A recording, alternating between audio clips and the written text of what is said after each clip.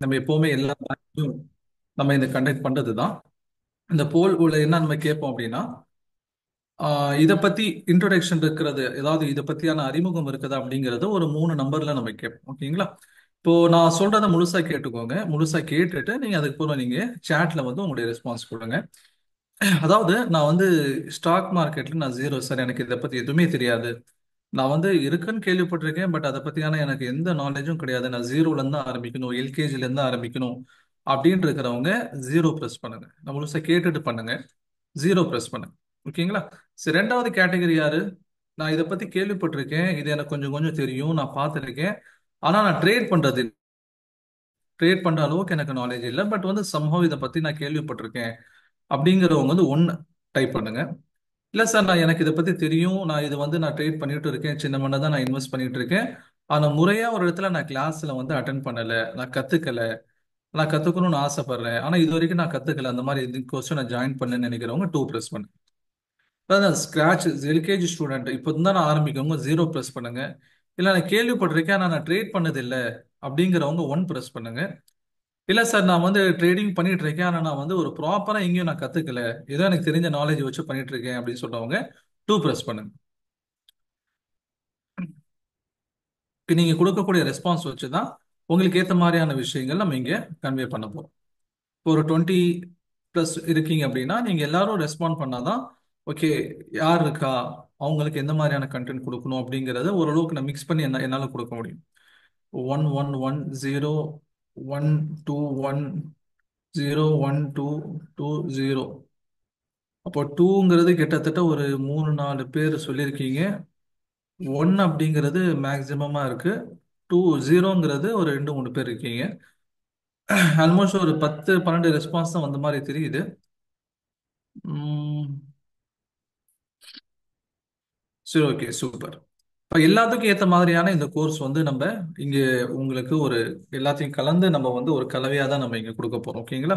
இப்போ ஜீரோ இருக்கிறவங்களுக்காக நம்ம நடத்துறோம் அப்படிங்கிறதுனால கொஞ்சம் எனக்கு தெரிஞ்சிருக்கு அப்படின்றவங்களுக்கு இது போர் அடிக்காது. ஓகேங்களா? இல்ல கொஞ்சம் தெரிஞ்சவங்களா தான் இங்க இருக்காங்க, அப்போ ஜீரோல இருக்கிறவங்களுக்கு புரியாது அப்படின்ட்டு என்ன கிடையாதுன்னா இங்கே கிடையாது.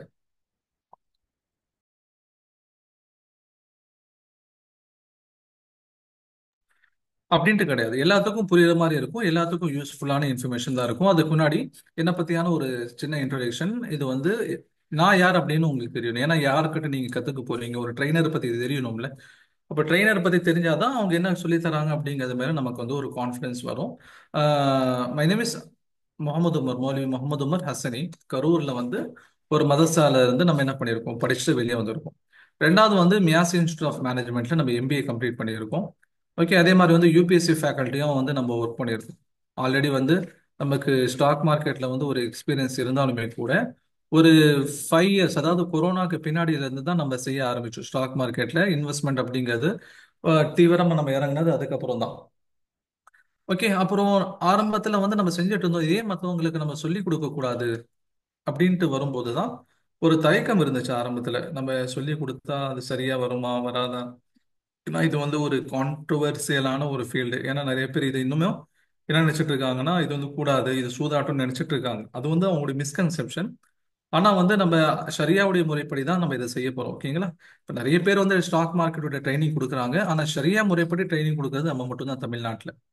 ஓகே, அதுக்காக தான் நம்ம இந்த ஹைலைட் உங்களுக்கு கொடுக்குறோம். ஆல்ரெடி நம்ம வந்து சைஃபா மூலியமா 3 பேட்ச் கம்ப்ளீட் பண்ணிட்டோம். ஆல்மோஸ்ட் மூணாவது பேட்ச் முடிஞ்சு, ப்ராக்டிக்கல் செஷன்ஸ் மட்டும் உங்களுக்கு பாக்கி இருக்கு. இதுக்கு முன்னாடி சைஃபாக்கு முன்னாடி இண்டிவிஜுவலா நம்ம ஒரு 5 பேட்சஸ், ஆல்மோஸ்ட் 8 பேட்சஸ் நம்ம கம்ப்ளீட் பண்ணிட்டோம். ஓகே, இப்போ அடுத்து என்னன்னு சொன்னா நம்ம வந்து மலேசியாவில் வந்து இஸ்லாமிக் பேங்கிங் அண்ட் ஃபினான்ஸ் அப்படிங்கிற அந்த கோர்ஸில் வந்து பிஹெச்டி ஜாயின் பண்ண போறோம். ஓகேங்களா? மலேசியாவில் இஸ்லாமிக் யூனிவர்சிட்டியில் அவன் நம்மளுடைய தீசிஸே வந்து ஷுக்கூக் இந்த ஸ்டாக் மார்க்கெட் சம்மந்தமாக தான் பிஹெச்டி பண்ண பிளான் பண்ணியிருக்கோம். ஆக்சுவலி அவங்க 2 இன்டேக், பிப்ரவரியில் ஒன்று, செப்டம்பரில் ஒன்று எடுப்பாங்க. பிப்ரவரி இந்த மந்த் போயிருக்கிறோம், ஆனால் டாக்குமெண்ட்ஸை என்னால் ப்ராப்பராக டக்குன்னு ரெடி பண்ண முடியாதனால இன்ஷால்லா நான் செப்டம்பரில் அங்கே பிஹெச்டி பண்ணுறதுக்காகவும் நான் போக இருக்கேன். இது ஒரு செல்ஃப் இன்ட்ரடக்ஷன். என்ன அப்படின்னா, உங்களுக்கு என்னால் ஸ்டாக் மார்க்கெட்டும் சொல்லித்தர முடியும், as well as ஷரியாவுடைய ஆங்கிளும் என்னால் உங்களுக்கு சொல்லித்தர முடியும். அதே போல ஸ்டாக் மார்க்கெட்னு வந்துட்டா நமக்கு வந்து கொஞ்சம் நேஷனல் இன்டர்நேஷனல் அஃபேர்ஸும் நமக்கு கொஞ்சம் தெரியணும். அது ஆல்மோஸ்ட் வந்து நாங்க யூபிஎஸ்சி ஃபேக்கல்ட்டியா இருக்கும்போது நான் வந்து எக்கனாமிக்ஸ் தான் நடத்திட்டு இருந்தேன். அதனால அந்த விஷயங்களும் என்னால உங்களுக்கு கம்பைன் பண்ணி உங்களுக்கு சொல்லித் தர முடியும். ஓகேங்களா? இப்போ என்ன பத்தியான ஒரு சின்ன ஒரு இன்ட்ரடக்ஷன் இது. நம்முடைய இன்னைக்கு செஷன்ல நம்ம என்ன பார்க்க போறோம் மேஜரா பாத்தீங்கன்னா, how safe is your investment in the stock market. Stock மார்க்கெட்ல வந்து பணம் போடுறது சேஃபான.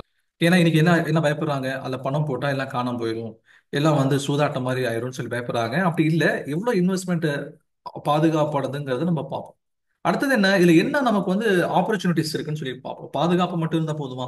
அந்த பாதுகாப்பு மட்டும் வச்சுட்டு நம்ம என்ன பண்ண முடியும்? பணத்தை பாதுகாக்கணும்னா என்ன பண்ணலாம்? நம்ம பீரோல கூட பூட்டி வைக்கலாம், மண்ணுல கூட புதைச்சு வைக்கலாம். ஆனா அதனால அது வளர போதா? கிடையாது. அப்ப நமக்கு வளர்ச்சியும் வேணும், பாதுகாப்பும் வேணும், அதே நேரத்தில் நமக்கு அந்த பணம் நமக்கு வளர்ச்சியும் கொடுக்கணும். அப்ப என்னென்ன growth பொட்டன்ஷியல் இதுல இருக்கு? அதே மாதிரி ஒன் டெக்னிக்கல் டூல். ஏன்னா நிறைய பேருக்கு என்ன சந்தேகம்னா, என்னால இதை சம்பாதிக்க முடியுமா, என்னால இதை கத்துக்க முடியுமா அப்படிங்கிறது இருக்கும். ஒரே ஒரு டெக்னிக்கல் டூல், நிறைய விஷயங்கள் நீங்க வந்து ரெகுலர் கிளாஸஸ் ஜாயின் பண்ணும்போது நிறைய விஷயங்களை கத்துக்குவீங்க. ஆனா இங்க சாம்பிளுக்கு ஏதாவது ஒரு டெக்னிக்கல் டூல்ஸ் வந்து நம்ம சொல்லிக் கொடுப்போம். என்ன பண்ணணும், எப்படி பார்க்கணும் அப்படிங்கிறத நம்ம இங்க சொல்லிக் கொடுப்போம். ஓகேங்களா? சரி, ஃபர்ஸ்ட் ஒன் என்ன அப்படின்னு சொல்லி பாத்தீங்கன்னா, இன்னைக்கு வந்து ஆன்லைன் பிசினஸ் மோட் அப்படிங்கிறது இன்னைக்கு பல இடங்கள்ல ஒரு ஆல்டர்னேட்டிவ் சோர்ஸ் ஆஃப் இன்கமா உருவாயிட்டு இருக்கு. ஓகே, ரெகுலரா நீங்க ஒர்க் போறீங்க, அதை தாண்டி ஆல்டர்னேட்டிவா ஏதாவது ஒரு இன்கம் சம்பாதிக்கணும்னு நினைக்கிறவங்களுக்கு இன்னைக்கு நிறைய சோர்சஸ் வந்துட்டு இருக்கு.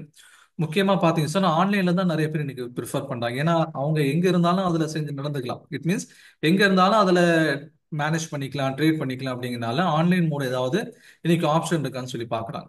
இப்போ ஆன்லைன்ல பொறுத்த வரைக்கும் இன்னைக்கு மேஜரா என்னென்ன இருக்கு அப்படின்னு சொல்லி பாத்தீங்கன்னா, இந்த கிரிப்டோ கரன்சிஸ்.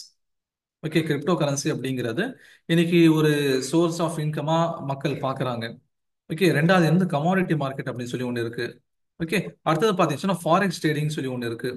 அடுத்தது ஸ்டாக் மார்க்கெட், நம்ம இன்னைக்கு பார்க்க போற ஸ்டாக் மார்க்கெட் இருக்கு.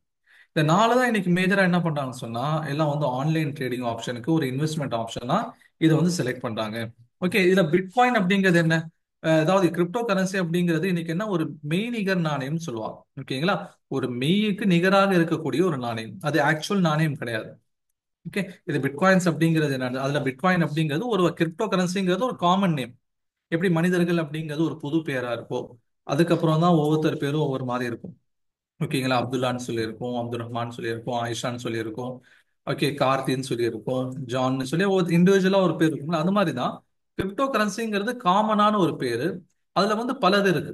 பிட்காயின்ங்கிறது ஒரு கிரிப்டோ கரன்சி, இத்தீரியம் காயின்ங்கிறது ஒரு கிரிப்டோ கரன்சி, லட்சுமி காயின்ங்கிறது ஒரு கிரிப்டோ கரன்சி, டிஜி காயின்ங்கிறது ஒரு கிரிப்டோ கரன்சி, கொரோனா காயின்ங்கிறது ஒரு கிரிப்டோ கரன்சி, லட்சுமி காயின், நிறைய கேட்டகரிஸ் இருக்கு. இன்னைக்கு மேஜரா ரொம்ப ஃபேமஸ்ங்கிறது பிட்காயின் தான். ஓகேங்களா? இப்ப இதுல இன்வெஸ்ட்மெண்ட் பண்றதுல என்ன பிரச்சனை இருக்கு? இது வந்து இன்னைக்கு இன்வெஸ்ட்மெண்ட் ஆப்ஷன் தானே. ஏன்னு சொன்னா இன்னைக்கு ஒரு பிட்காயினுடைய வேல்யூ கிட்டத்தட்ட எவ்வளவு ஆயிருச்சு, $1 lakh தாண்டி போயிட்டு இருக்கு. அதுவும் பர்டிகுலரா டொனால்ட் ட்ரம்ப் ஜெயிச்சு வந்ததுக்கு அப்புறம் கிட்டத்தட்ட 70,000 $80,000 அப்படின்னு சொல்லி இருந்தது. இப்போ ஒரு பிட்காயினுடைய வேல்யூ 80,000 $85,000 இருந்து இன்னைக்கு என்ன ஆயிடுச்சு, $1 லட்சம் தாண்டி ட்ரேட் ஆயிட்டு இருக்கு. அப்போ கிரிப்டோ கரன்சிலயோ பிட்காயின்லயோ நம்ம இன்வெஸ்ட்மெண்ட் பண்ணலாமா? இங்க நம்ம எப்பவுமே என்ன பண்ணணும், எந்த ஒரு இன்வெஸ்ட்மெண்ட் ஆப்ஷனா இருந்தாலும் நம்ம ரெண்டு விஷயத்தை பார்க்கணும். ஒண்ணு என்னன்னு சொன்னா சேஃப்டி, அதுல நமக்கு சேஃப்டி இருக்கா? ஓகேங்களா? ரெண்டாவது என்னன்னு சொல்லி பார்க்கணும்னா அதுல ஷரியா கம்பெனிஸ் என்னன்னு சொல்லி பார்க்கணும். ஓகேங்களா? ஷரியா ரீதியா வந்து அதுல அது விஷயமா என்ன சொல்றாங்க.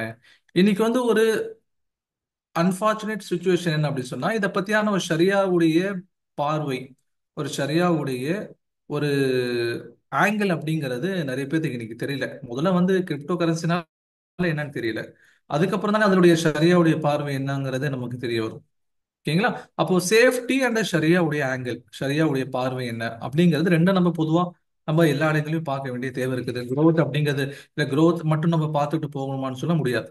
ஓகேங்களா?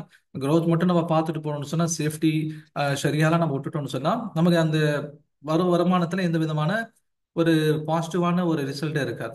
சரிங்களா? அப்ப சேஃப்டிங்கிறது நமக்கு தேவை, அதே மாதிரி ஷரியாவுடைய பார்வை என்ன அப்படிங்கிறது தேவை.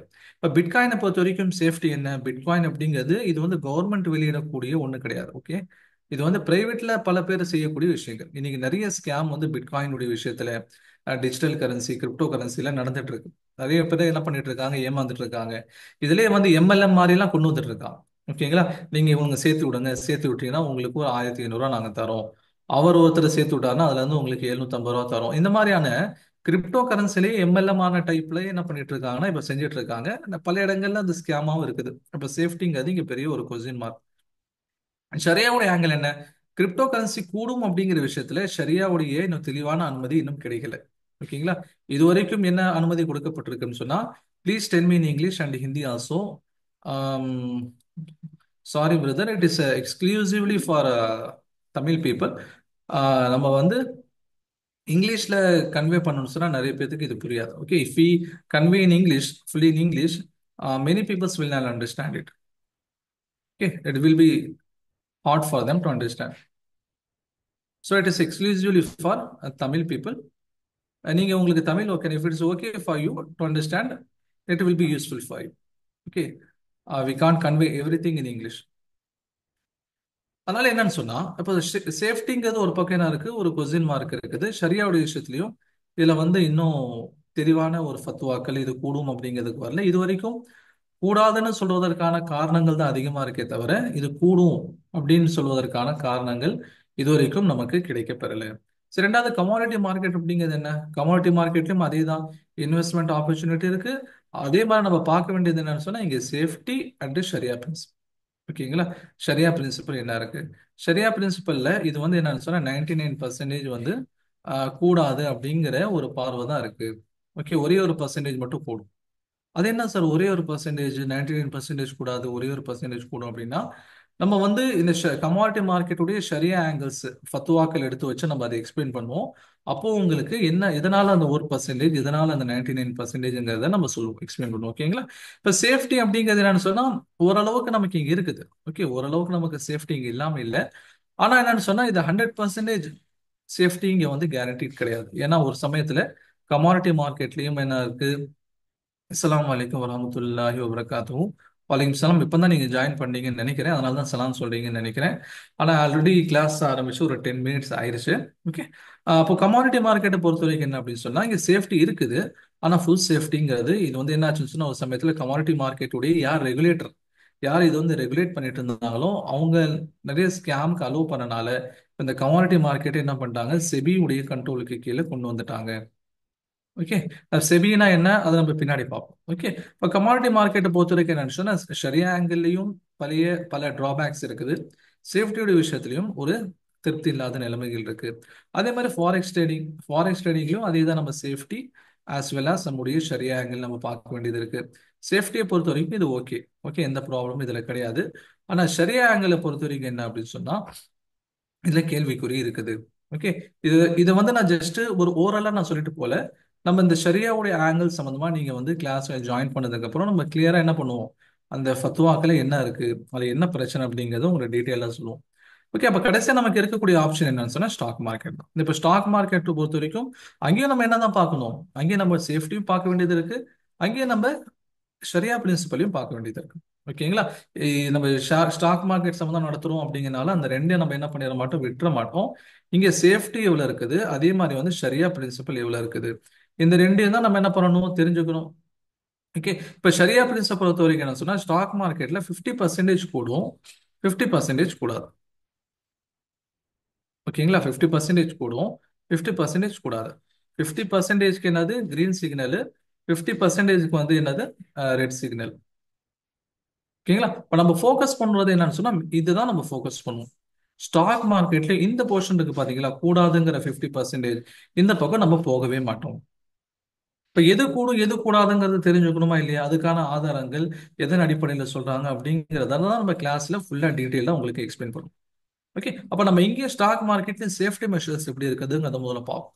ஓகே, நம்ம இன்னைக்கு வந்து பேங்க்ஸ்ல நமக்கு நம்பிக்கைன்னு சொன்னா பேங்க். ஓகே, பேங்க்ல வந்து பணத்தை போட்டோம் அப்படின்னா நம்ம தைரியமா இருக்கலாம். பயந்துட்டு இருப்போமா யாராவது, ஐயோ பேங்க்ல பணம் வச்சுட்டேனே என்ன ஆகும்னு தெரியல, அந்த மாதிரி நம்ம பயப்படுவோமா?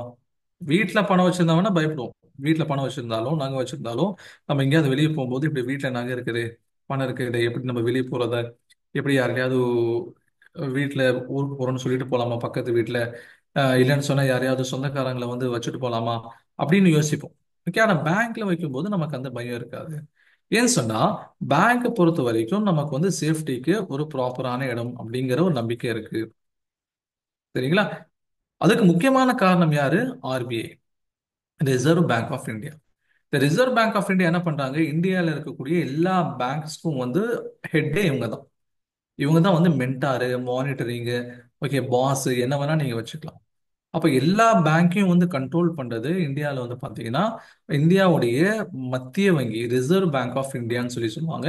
அவங்க தான் பேங்க்ஸை ரெகுலேட் பண்றாங்க. அவங்களுடைய மேஜர் குறிக்கோள் என்னன்னு சொன்னா, அதாவது சேஃப்டி, அதாவது மக்களுடைய பணத்துக்கு, முதலீடுகளுக்கு, மக்களுடைய டெபாசிட்க்கு பாதுகாப்பு தரணும். ஓகேங்களா? இது இவங்களுடைய ப்ரையாரிட்டி. அந்த விஷயத்துல வந்து பாதிப்பு தர மாதிரி யார் நடந்தாலும் அந்த பேங்க் மேல ஆர்பிஐக்கு ஆக்ஷன் எடுக்கக்கூடிய பவர் இருக்குது. ஓகேங்களா? ஆர்பிஐ என்ன பண்ணலாம்? அந்த பேங்க் மேல வந்து நடவடிக்கைகள் எடுக்கலாம். எந்த அளவுக்கு வந்து ஆர்பிஐக்கு வந்து பேங்க்ஸ் மேல கண்ட்ரோல் இருக்குன்னா, எத்தனை பிரான்ச் ஓபன் பண்ணலாம், எங்க ஓபன் பண்ணலாம், யாருக்கு கடன் கொடுக்கணும், எவ்வளவுக்கு கடன் கொடுக்கணுங்கிற அளவுக்கு ரூல்ஸ் போடக்கூடிய அளவுக்கு ஆர்பிஐக்கு பவர் இருக்கு பேங்க்ஸ் மேல. ஆனால் தான் இன்னைக்கு பேங்க் அப்படிங்கிறது ஒரு பப்ளிக் வெல்ஃபேருக்கான ஒரு இடமா மாறிடுச்சு. ரொம்ப தைரியமா இருக்கும். ஓகே. அதே மாதிரி என்னன்னு சொன்னா, ஸ்டாக் மார்க்கெட்டுக்கும் ஒரு ரெகுலேட்டர் இருக்காரு. யார் அந்த ரெகுலேட்டர்? செபின்னு சொல்லி சொல்லுவாங்க. Securities and exchange board of India. இந்த செபி யார் அப்படின்னு சொன்னா, ஸ்டாக் மார்க்கெட்ல இன்வெஸ்ட் பண்ணக்கூடியவங்களை ரெகுலேட் பண்ணக்கூடிய ஒரு அமைப்பு. ஸ்டாக் மார்க்கெட்ல இன்வெஸ்ட் பண்றவங்களை பாதுகாப்புக்காக இருக்கக்கூடிய அமைப்பு. அதே மாதிரி ஸ்டாக் மார்க்கெட்டை ரெகுலேட் பண்ணக்கூடிய ஒரு அமைப்பு. ஸ்டாக் மார்க்கெட்னா என்ன இருக்குது? ஸ்டாக் மார்க்கெட்டும் ஒண்ணுதான், ஷேர் மார்க்கெட்டும் ஒண்ணுதான், ஈக்விட்டிஸ்னாலும் ஒண்ணுதான், எல்லாம் ஒரே அர்த்தம் தான். ஓகேங்களா? இப்ப ஸ்டாக் மார்க்கெட், இந்தியாவில் மேஜரான ஸ்டாக் மார்க்கெட் என்ன இருக்கு அப்படின்னு சொல்லி பாத்தீங்கன்னா, என்எஸ்சி, பிஎஸ்சி. ஓகே. இந்த ரெண்டு தான் வந்து இந்தியாவில் இருக்கக்கூடிய மேஜரான ஸ்டாக் மார்க்கெட். இது இவ்வளவுதான் இருக்கா? ரெண்டு தான் இருக்கானா? இதை தாண்டி இருக்கு. ஓகே. கொல்கத்தா ஸ்டாக் மார்க்கெட் இருக்குது, அகமதாபாத் ஸ்டாக் மார்க்கெட் இருக்கு. பட் அதெல்லாம் ரொம்ப ஃபேமஸ்லாம் கிடையாது. ஓகே. இப்போ வந்து நீங்க தமிழ்நாட்டில் வந்து ஆஹ், இப்ப ஏதாவது பின்னலாடைக்கு ஃபேமஸான ஊர் எதுன்னு சொல்லி நம்ம கேட்டால் நம்ம என்ன சொல்லுவோம்? கண்ணை மூடிட்டு திருப்பூர்னு சொல்லி சொல்லுவோம். கரெக்டுங்களா? டிஷர்ட்டு இந்த மாதிரி பின்னலாடைகள் இருக்கா இல்லையா? அதுக்கு வந்து ஃபேமஸான ஊர் எதுன்னு சொல்லி கேட்டால் நம்ம என்ன சொல்லுவோம்? தமிழ்நாடை பொறுத்த வரைக்கும் திருப்பூர்னு சொல்லி சொல்லுவோம். அதுக்காக திருப்பூர்ல மட்டும்தான் வந்து ட்ரெஸ் உருவாக்குறாங்க, வேற எங்கேயும் உருவாக்குறது இல்லைன்னு அர்த்தமா கிடையாது. ஓகேங்களா? அங்க உருவாக்குறாங்க, அது ரொம்ப ஃபேமஸ். ஆனா எல்லா இடங்களையும் தான் இருக்கு. இப்ப சென்னையில பாத்தீங்கன்னா வண்ணாரப்பேட்டையிலயும் வந்து ஒரு கார்மெண்ட்ஸ் மார்க்கெட் முக்கியமா இருக்குது. ஈரோட்லயும் வந்து ஒரு கார்மெண்ட் மார்க்கெட் வந்து முக்கியமா இருக்குது. அதே மாதிரி வந்து பாத்தீங்கன்னா இந்த திண்டுக்கலுக்கும் திருச்சிக்கும் நடுவுல புத்தாநத்தம்னு சொல்லி ஒரு ஊர் இருக்கும். யாராவது கேள்விப்பட்டிருப்பீங்க. இல்ல வெளியில அவுட் ஸ்டேஷன்ல இருக்கிறவங்களுக்கு இதை பத்தி தெரியாது. அங்கேயும் வந்து என்ன சொன்னா கார்மெண்ட் மார்க்கெட்ஸ் அப்படிங்கிறது இருக்குது. அப்ப நமக்கு டக்குன்னு நினைவுக்கு வர்றது என்னது? திருப்பூர் ஞாபகத்துக்கு வரும். ஆனா பல இடங்கள்லயும் கார்மெண்ட் மார்க்கெட் இருந்துட்டு தான் இருக்கு. ஓகே. அந்த மாதிரிதான் என்எஸ்சி, பிஎஸ்சி அப்படிங்கிறது ஒரு ஸ்டாக் எக்ஸ்சேஞ்ச். இதுதான் மேஜரா எல்லாரும் ட்ரேட் பண்றது. ஆனா இதை தாண்டியான சில ஸ்டாக் எக்ஸ்சேஞ்ச் இருக்கு. இவங்க ரெண்டு பேருக்கு யார் ரெகுலேட் பண்ணாங்க சொன்னா செபி தான் ரெகுலேட் பண்ணுவாங்க. ஓகேங்களா? செபியுடைய ரெகுலேஷன் கீழே தான் வரும். செபியுடைய முக்கியமான வேலை என்ன? Protection of investors. ஓகேங்களா? முதலீட்டாளர்களை பாதுகாப்பது செபியுடைய பிரதான வேலை. மற்ற வேலைகளும் இருக்கு. அதை தாண்டி அவங்களுடைய பிரதான வேலை என்ன அப்படின்னு சொன்னா, முதலீட்டாளர்களுடைய பாதுகாப்பு, அவங்க போடக்கூடிய பணத்துக்கு பாதுகாப்பு, அதுல வந்து தவறுகள் நடக்காம இருக்கிறதுக்கு பாதுகாப்பு, அதுல தவறு செய்வர்கள் மீது ஆக்ஷன் எடுக்க வேண்டியது செபியுடைய பொறுப்பு. செபி எந்த அளவுக்கு பவர்ஃபுல் அப்படின்னா, அவங்களுடைய நார்ம்ஸ் அண்ட் ரூல்ஸை தாண்டி யாராவது நடந்துக்கிட்டாங்கன்னா அவங்க மேல ஆக்ஷன் எடுக்கிறதுல அவங்க தயங்க மாட்டாங்க. அவங்க யார் என்னன்னு கூட பார்க்க மாட்டாங்க. அதுல ஃபர்ஸ்ட் ஒன் பாத்தீங்க சொன்னா இது ஒரு example. Okay, Anil Ambani and 24 others banned from security market by SEBI for 5 years. செபியுடைய ஒரு ரெகுலேஷனை மீறினதுக்காக அம்பானி ஃபேமிலியில இருக்கக்கூடிய ஒருத்தரையே 5 இயர்ஸ்க்கு நீங்க மார்க்கெட் பக்கமே வரக்கூடாதுன்னு சொல்லி தடை போட்டு வச்சிருக்காங்க. இப்ப அம்பானிங்கிறது எவ்வளவு பெரிய இந்தியாவில் இருக்கக்கூடிய முக்கியமான ஒரு பிசினஸ் காங்க்ளோமெரேட்ல இவங்களும் ஒண்ணு. ஆனா அவங்களே என்ன பெருசாலாம் ஒண்ணும் பண்ணல. ஒரு கம்பெனிக்கு பணம் வாங்கிட்டு இன்னொரு கம்பெனிக்கு யூஸ் பண்ணிட்டாரு, அவ்வளவுதான் விஷயம். ஏமாத்துறதோ இல்ல வந்து வாங்கிட்டு வந்து ஓடி போறதோ அந்த மாதிரி பண்ணல. விஜய் மல்லையா பண்ண மாதிரி ஒரு கம்பெனியோட பேர்ல வாங்கிட்டு அந்த இன்னொரு கம்பெனி ஃபண்டுக்கு யூஸ் பண்ணிட்டாரு, இவ்வளவுதான். இதுக்காக செபி என்ன பண்ணிச்சு? எங்களுடைய நார்ம்ஸ் நீங்க மீறிட்டீங்க அப்படின்னு சொல்லிட்டு 5 இயர்ஸ் நீங்க செக்யூரிட்டி மார்க்கெட் பக்கமே நீங்க வரக்கூடாதுன்னு தடை போட்டாங்க. இன்னொரு எக்ஸாம்பிள் பாருங்க. இன்னொரு எக்ஸாம்பிள் வந்து நான் முன்னாடியே சொன்னேன், ஸ்டாக் மார்க்கெட் அப்படிங்கிறது இந்தியாவில் வந்து ரெண்டு இருக்கு, என்எஸ்சி அண்ட் பிஎஸ்சி. ஓகேங்களா? இப்போ இதுல என்ன இருப்பாங்க சொன்னா, ஆஃபீஸர்ஸ் இருப்பாங்களா இல்லையா? லோயர் லெவல் ஆஃபீஸர்ல இருந்து ஹையர் லெவல் ஆஃபீஸர்ல இருந்து ஒரு ஹெட் வரைக்கும் இருப்பாங்க. இந்த என்எஸ்சில வந்து ஹெட்டா இருந்தவங்க தான், மேபி ஒரு சிஇஓ அப்படிங்கிற ஒரு போஸ்டிங்ல இருந்தவங்க தான் யாரு? இந்த சித்ரா ராமகிருஷ்ணா அப்படிங்கிற ஒரு லேடி. ஓகேங்களா? இவங்க என்ன பண்ணிட்டாங்க? இவங்களுடைய டென்யூர், இவங்களுடைய அந்த பதவி காலம் முடியறதுக்கு முன்னாடியே கிட்டத்தட்ட 17ல இருந்து 18 மாசத்துக்கு முன்னாடி என்ன பண்ணிட்டாங்கன்னா ரிசைன் பண்ணிட்டு போயிட்டாங்க. ரிசைன் பண்ணும்போது இவங்க என்ன காரணத்துக்காக ரிசைன் பண்ணலன்னு சொல்லல, என்னுடைய பர்சனல் ரீசன் சொல்லிட்டு போயிட்டாங்க. பொதுவா என்ன பண்ணுவோம், யாராவது என்னுடைய வேலையை விட்டு போறேன்னா என்னுடைய தனிப்பட்ட காரணத்துக்காக போறேன்னு சொன்னாங்கன்னா சரி போயிட்டு வாங்கன்னு ரிலீவ் பண்ணிட்டு விட்டுருவாங்க. ஆனா என்ன பண்ணல செபி, அது எப்படி பர்சனல் ரீசனா என்ன இருக்கும், இல்ல வந்து உண்மையில பர்சனல் ரீசன் தானா, இல்ல வேற என்ன காரணம்னு சொல்லி தோண்டி துருவி ஆராய்ச்சி கிட்டத்தட்ட 17 மாசம் கழிச்சு கண்டுபிடிக்கிறாங்க. இவங்க என்எஸ்சி உடைய சில சீக்கிரட்டான இன்ஃபர்மேஷன்ஸ் எல்லாத்தையும் வந்து வெளியே லீக் பண்ணியிருக்காங்க. யாரு, ஹிமாலயன் யோகி அப்படிங்கிற ஒரு ஐடிக்கு இவங்க வந்து என்ன பண்ணியிருக்காங்கன்னா ரிலீஸ் பண்ணியிருக்காங்க. இது வந்து என்னது, பிரீச் ஆஃப் ட்ரஸ்ட். ஓகே, நீங்க வந்து செய்யக்கூடாத சில வேலைகளை செஞ்சிருக்கீங்கன்னு சொல்லிட்டு அவ்வளோ காலங்கள் கழிச்சு உங்க மேல ஆக்ஷன் எடுத்திருக்காங்க. ஓகேங்களா? அப்போ வெளியே போனாலுமே கூட தப்பு செஞ்சுட்டு கண்டுபிடிக்கலனாலுமே கூட துருவி ஆராய்ஞ்சு என்ன பண்ணிடுவாங்களா, ஒரு நிமிஷம் line ல.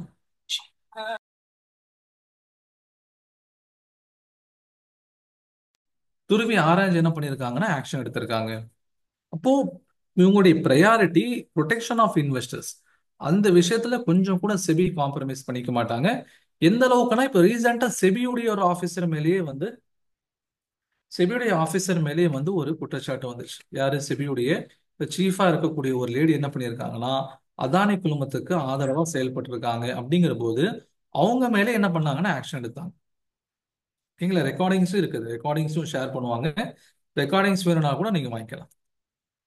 அப்ப அந்த லேடி மேல என்ன பண்ணிருக்காங்க, செபியுடைய சீஃபா இருந்தாலுமே கூட அவங்க மேலயும் ஆக்ஷன் எடுத்திருக்காங்க. நீங்க எப்படி ஒரு தனிப்பட்ட நிறுவனத்துக்கு நீங்க ஆதரவா செயல்படலாம் அப்படின்ட்டு. இப்ப சேஃப்டிங்கிறது நான் இங்க வந்து ஃபர்ஸ்ட் ப்ரையாரிட்டியா இருக்குது. இது வந்து நான் சொல்றது அப்பப்போ நடக்கக்கூடிய சில நிகழ்வுகள். மந்த்லி பேசிஸ்ல அப்பப்போ என்ன பண்ணுவாங்கன்னா செபி வந்து சில நிறைய ரூல்ஸ் வந்து ரிலீஸ் பண்ணிட்டே இருப்பாங்க. நிறைய மாடிஃபிகேஷன் கொண்டு வருவாங்க, நிறைய சேஞ்சஸ் கொண்டு வருவாங்க, நடக்கக்கூடிய விஷயத்தை ஏதோ ஒன்று மாற்றுவாங்க, மாறி இருக்கக்கூடிய விஷயத்தை ஏதாவது சரி பண்ணுவாங்க. இது எல்லாமே என்னன்னு சொன்னா இன்வெஸ்டர்ஸ்க்கு இதுல ப்ரொடெக்ஷன் இருக்கணும், இன்வெஸ்டர்ஸ்க்கு இதுல வந்து நம்பிக்கை வரணும். யாருமே வந்து அவநம்பிக்கைனால இங்க இருந்து வெளியே போயிடக்கூடாதுன்ட்டு. சரி, அவ்வளோ என்ன செபிக்கு வந்து செபி மூலியமா கவர்மெண்ட் செபி ஏன்னா ஆக்சுவலி யாரு, கவர்மெண்ட் அப்பாயிண்ட் பண்ணக்கூடிய ஒரு ரெகுலேட்டர்ஸ். அப்ப கவர்மெண்ட்க்கு என்ன இவங்க மேல அவ்வளோ அக்கறை, ஏன் வந்து இன்வெஸ்டர்ஸை ப்ரொடெக்ட் பண்ணதுல ஏன் அவங்க இருக்காங்க? ஒண்ணு வந்து அது அரசாங்கத்துடைய வேலையும் கூட, முதலீட்டாளர்களை மக்களை வந்து ஏமாறுவதுல இருந்து பாதுகாக்கிறது. அதே மாதிரி வந்து அவங்கள என்ன சொல்லுவாங்க, பாஞ்சி ஸ்கீம்ஸ்னு சொல்லுவாங்க. ஓகே, நிறைய பாஞ்சி ஸ்கீம்ஸ் நடத்துறாங்களா இல்லையா? இப்போ வந்து நீங்க 1 லட்ச ரூபாய் இன்வெஸ்ட் பண்ணுங்க, மாசம் உங்களுக்கு 10,000 ரூபாய் தரும், அந்த மாதிரி நடத்துறாங்களா இல்லையா? சிட் ஃபண்டு அந்த சீட் ஃபண்டுன்னு கூட சொல்லுவாங்க. இந்த மாதிரியான விஷயங்கள் வந்து மக்களை பாதுகாக்க வேண்டியது ஒரு அரசாங்கத்துடைய வேலை, அது ஒண்ணு இருக்குது. அதை தாண்டி என்ன சொன்னா அரசாங்கத்துக்கு இதுல இருந்து பெரிய ஒரு வருமானம் இருக்குது, டாக்ஸஸ் இருக்குது. ஓகே, டாக்ஸ் கலெக்ட் ஆகுது. இப்போ நீங்க ஒரு இடம் வாங்குறீங்க. இப்போ இடம் வாங்குறீங்கன்னு சொன்னா அந்த இடத்தினுடைய மதிப்பு 1 கோடி ரூபாய். ஆனா நீங்க பத்திரத்துல பொதுவாக எவ்வளவு பதிவு செய்வாங்க, எல்லாரும் 10 லட்சம் ரூபான்னு தான் பதிவு செய்வாங்க. ஓகேங்களா? ஒரு 20 லட்ச ரூபாய் இடம் இருக்குன்னு சொன்னா அது இடத்துடைய வேல்யூ பத்திரத்துல 3 லட்சமா தான் காமிப்பாங்க. ஆனா ஸ்டாக் மார்க்கெட்ல மட்டும்தான் அவங்களுடைய வேல்யூ அப்பட்டமா அப்படியே முழுசா தெரியும். ஓகேங்களா? இப்போ கவர்மெண்ட்க்கு என்ன பண்ணணும்னு சொன்னா இங்க இருந்து நிறைய டாக்ஸஸ் வருது. முக்கியமா வந்து ஜிஎஸ்டி இதுல இருந்து அவங்க கவர்மெண்ட் கலெக்ட் பண்றாங்க. அதே மாதிரி பார்த்தீங்கன்னா ஸ்டாம்ப் டியூட்டிஸ் வந்து இதில் கலெக்ட் பண்ணுறாங்க. ஓகே, அதே மாதிரி பார்த்தீங்கன்னா கேபிட்டல் கெயின் டேக்ஸ் அப்படிங்கிறது ஒன்று கலெக்ட் பண்ணுறாங்க. ஓகே, செக்யூரிட்டி டிரான்சாக்ஷன் டேக்ஸ்னு சொல்லி நிறைய டாக்ஸஸ் இருக்கு. அதுக்காக என்ன சார் இவ்வளோ டாக்ஸ் இருக்குல்லன்னு சமாளிக்க முடியுமான்னு நினைக்காதீங்க. இது சின்ன சின்னதாக போகும். ஓகே, ஒருத்தருடைய பாயிண்ட் ஆஃப் வந்து பார்க்கும்போது ரொம்ப சின்னதாக இருக்கும். ஆனால் கவர்மெண்ட்டுடைய பாயிண்ட் ஆஃப் வந்து பார்க்கும்போது பெரிய அமௌண்ட்டாக இருக்கும். கிட்டத்தட்ட இந்தியாவுடைய எக்கானமியில 25% இங்கே தான் புழங்கிக்கிட்டு இருக்கு. இங்கேயே ஸ்டாக் மார்க்கெட்ல தான் புழங்கிக்கிட்டு இருக்கு. அப்போ அந்த அளவுக்கு கவர்மெண்ட் வந்து அந்த அளவுக்கு இங்க பணம் எக்கனாமி இங்க விளையாடுது. அப்படிங்கறதுனால கவர்மெண்ட் என்ன பண்ணிருக்காங்க, இங்க இருந்து நிறைய டாக்ஸ் வாங்க முடியும். அப்போ டாக்ஸ் வாங்க முடியும்னு சொன்னா மக்கள் வரணும்ல. இப்போ மக்கள் வரணும்னா மக்களுக்கு ஒரு நம்பிக்கை இது மேல வரணும்ல. அப்போ மக்களுடைய நம்பிக்கைக்கு ஊறு விளைவிக்கக்கூடிய எந்த ஒரு விஷயத்தையும் நம்ம என்ன பண்ண மாட்டோம், விடக்கூடாது. மக்களுடைய நம்பிக்கையை நம்ம பாதுகாக்கணும்னு கவர்மெண்ட் இதுல செயல்படுது. ஓகேங்களா? இது சேஃப்டி மெஷர்ஸ். இவ்வளவு நேரம் நான் சொன்னது உங்களுக்கு சேஃப்டி மெஷர்ஸ். இப்போ சேஃப்டி மெஷர்ஸ் மட்டும் நமக்கு போதுமா? இப்போ சேஃப்டி மட்டும் இருக்குதுன்னு நான் ஆரம்பத்திலே சொன்னேன். நீங்க மண்ணில் புதைச்சு வச்சா கூட என்ன இருக்கும், உங்களுக்கு அங்க பணம் பாதுகாப்பாக தான் இருக்கும். ஓகே, அதுக்காக மண்ணில் நம்ம புதைச்சு வைப்போமா? முடியாது. அப்போ சேஃப்டி மட்டும் நமக்கு போதாது, நமக்கு அங்க கிடைக்கக்கூடிய ஆப்பர்ச்சுனிட்டிஸ் என்ன. இப்போ ரீசெண்ட் டைம்ல பாத்தீங்கன்னு சொன்னா ஸ்டாக் மார்க்கெட் பர்டிகுலரா கொரோனாக்கு அப்புறம் ஒரு பெரிய ஒரு ஹைக் கொடுத்துருக்கு. ஏன்னா கொரோனா நேரத்துல எல்லாரும் வந்து லாக்ட், எல்லாரும் வீட்டில் இருக்க வேண்டிய சூழ்நிலை. 90% இண்டஸ்ட்ரீஸ் வந்து லாக். ஓகே, ஒரு 10% இண்டஸ்ட்ரீஸ் மட்டும்தான் அது அத்தியாவசிய தேவை அப்படிங்கறதுனால மட்டும் ஓப்பன் ஆயிருந்துச்சு. உதாரணமா வந்து மருந்துடைய நிறுவனங்கள், அதே மாதிரி ஆன்லைன்ல வேலை செய்யக்கூடிய ஐடி நிறுவனங்கள், ஓகே, அதே மாதிரி எஃப்எம்சிஜி. ஒரு நிமிஷம் இருங்க.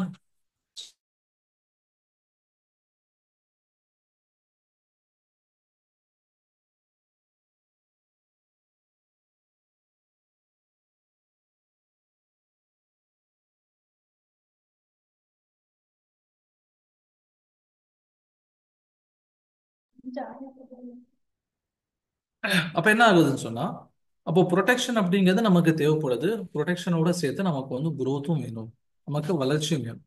இப்போ பர்டிகுலரா கொரோனாக்கு அப்புறம் பாத்தீங்கன்னு சொன்னா, இந்த ஸ்டாக் மார்க்கெட்டுடைய டிமாண்டுங்கிறது அதிகமாச்சு. இதோடைய அதாவது பொட்டென்ஷியலை மக்கள் விளங்க ஆரம்பிச்சிட்டாங்க. ஏன்னா 90% ஆஃப் இண்டஸ்ட்ரீஸ் இல்லை, ஏதோ ஒன்று சம்பாதிச்சு ஆகணுங்கிற ஒரு நிர்பந்தம். இப்போ ஜனங்க என்ன பண்றாங்க சொன்னா, சரி ஏதாவது ஒரு ஆப்பர்ச்சுனிட்டிஸ் நமக்கு கிடைக்காதா, ஏதோ ஒரு விதத்தில் நம்ம சம்பாதிக்க முடியுமான்னு சொல்லி பார்த்துட்டு இருந்தாங்க. அப்போ அவங்களுக்கு கிடைச்ச ஆப்பர்ச்சுனிட்டிஸ் பாருங்க இங்க. கிட்டத்தட்ட ஃபினான்ஷியல் இயர் 2020, அதாவது நம்ம கிட்டத்தட்ட கொரோனாவுடைய நேரத்தில் பார்த்தீங்கன்னா, இந்தியாவில் இருந்த மொத்த டிமேட் அக்கௌண்ட் உடைய நம்பிக்கை வந்து நம்பர்ஸ் வந்து 41 மில்லியன். இப்போ கொரோனாவுடைய நேரத்தில், அதுக்கு முன்னாடி பார்த்தீங்கன்னா 36. கொஞ்சம் சின்ன சின்ன growth தான் இருந்துச்சு. 2020 வரைக்கும் பார்த்தீங்கன்னா 41 மில்லியன். 41 மில்லியன் அப்படிங்கிறது கிட்டத்தட்ட 4,10,00,000 டிமேட் அக்கௌண்ட் ஹோல்டர்ஸ். இப்போ டிமேட் அக்கௌண்ட்னா என்ன? ஓகே, இங்க டிமேட் அக்கௌண்ட் கொடுத்துருக்காங்களே, இது நிறைய சில பேருக்கு தெரிஞ்சிருக்கும், சில பேருக்கு தெரிஞ்சிருக்க முடியாது. இப்போ நம்ம எப்படி காசை போட்டு வைக்கிறதுக்காக ஒரு பேங்க் அக்கௌண்ட் அப்படின்னு சொல்லி ஒன்று ஓப்பன் பண்றோம். எஸ்பிஐ, ஆக்சிஸ்ல, இந்தியன் பேங்க்ல, இல்ல கேவிபியில் ஏதோ ஒரு இடத்துல நம்ம அக்கௌண்ட் ஓப்பன் பண்ணி வைக்கிறோம், அதில் காசு போடுறோம். அதே மாதிரி ஸ்டாக்ஸ் வாங்குறதுக்கு என்னன்னு சொன்னா ஒரு அக்கௌண்ட் தேவைப்படும். அதுதான் வந்து டிமேட் அக்கௌண்ட் சொல்லுவாங்க. ஓகேங்களா? டிமேட் அக்கௌண்ட் வந்து நீங்க உங்களுடைய பேங்க் அக்கௌண்ட்ல வாங்க முடியாது, உங்களுடைய டிமேட் அக்கௌண்ட்ல தான் வாங்க முடியும். சரிங்களா? அப்போ 2020க்கு முன்னாடி பாத்தீங்கன்னா 41 மில்லியன், கிட்டத்தட்ட 4,10,00,000 டிமேட் அக்கௌண்ட் தான் இருந்துச்சு. ஆனா 2023 பாருங்க, கிட்டத்தட்ட 114 கோடி. அதாவது 114 பில்லியன் அப்படிங்கிறது எவ்வளவு ஆச்சு? 114, சாரி, மில்லியன் அப்படிங்கிறது எந்த அளவுக்கு வளர்ந்துருச்சு அப்படின்னு சொன்னா 11 11.5 கோடி.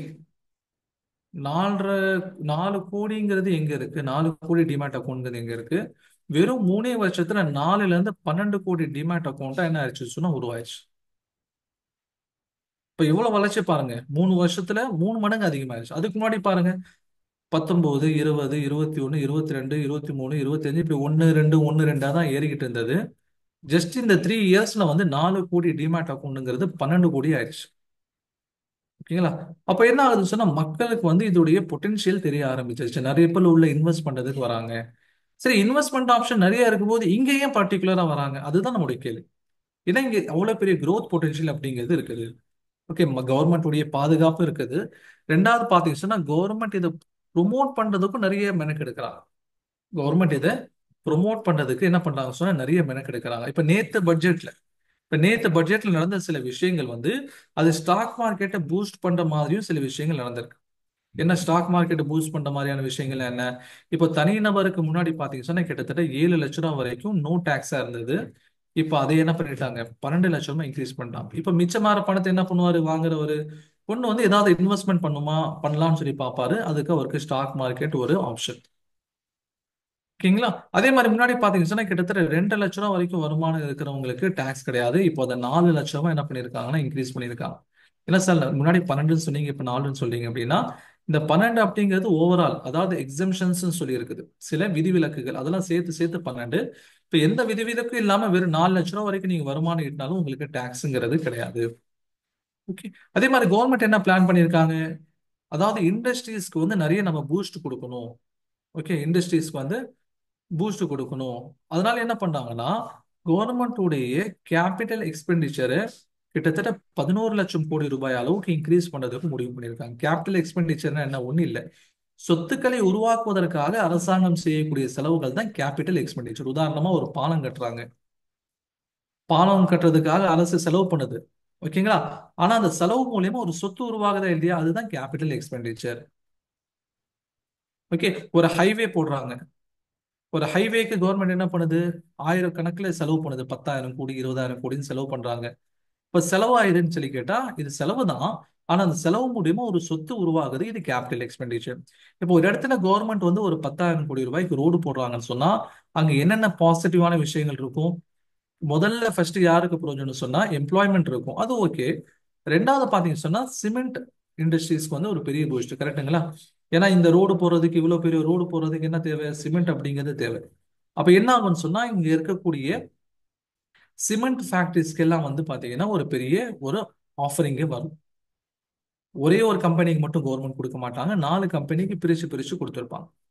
அப்போ என்ன ஆகுது, கவர்மெண்ட்க்கு ஒரு சமயத்துல வந்து இண்டஸ்ட்ரீஸ் பூஸ்ட் பண்றதுக்கு ஒரு ஆப்பர்ச்சுனிட்டிஸ் இங்க கொடுக்குறாங்க. இப்போ ஹைவேஸ் அப்படின்னு சொல்லி வந்துச்சுன்னு சொன்னா அந்த ஹைவே ஒட்டி இருக்கக்கூடிய பகுதிகளில் இண்டஸ்ட்ரீஸ் டெவலப் ஆகும். அதனால அந்த பகுதியில வந்து ஒரு டெவலப்மெண்ட்ங்கிறது உருவாகும். ஓகே. அப்போ என்ன ஆகும் சொன்னா இது ஓவராலா வந்து ஒரு கண்டினியூ இம்பாக்டை கிரியேட் பண்ணும், பாசிட்டிவான இம்பாக்ட் கிரியேட் பண்ணும். இப்போ ஸ்டாக் மார்க்கெட்ல இருக்கவங்க என்ன பண்ணுவாங்க? ஓகே, கவர்மெண்ட் இப்படி ஒரு ப்ராஜெக்ட் அனௌன்ஸ் பண்ணியிருக்காங்களா, அப்போ வந்து இந்த சிமெண்ட் செக்டர்ஸ்லாம் வந்து நல்ல growthல லாபத்துல போகும்.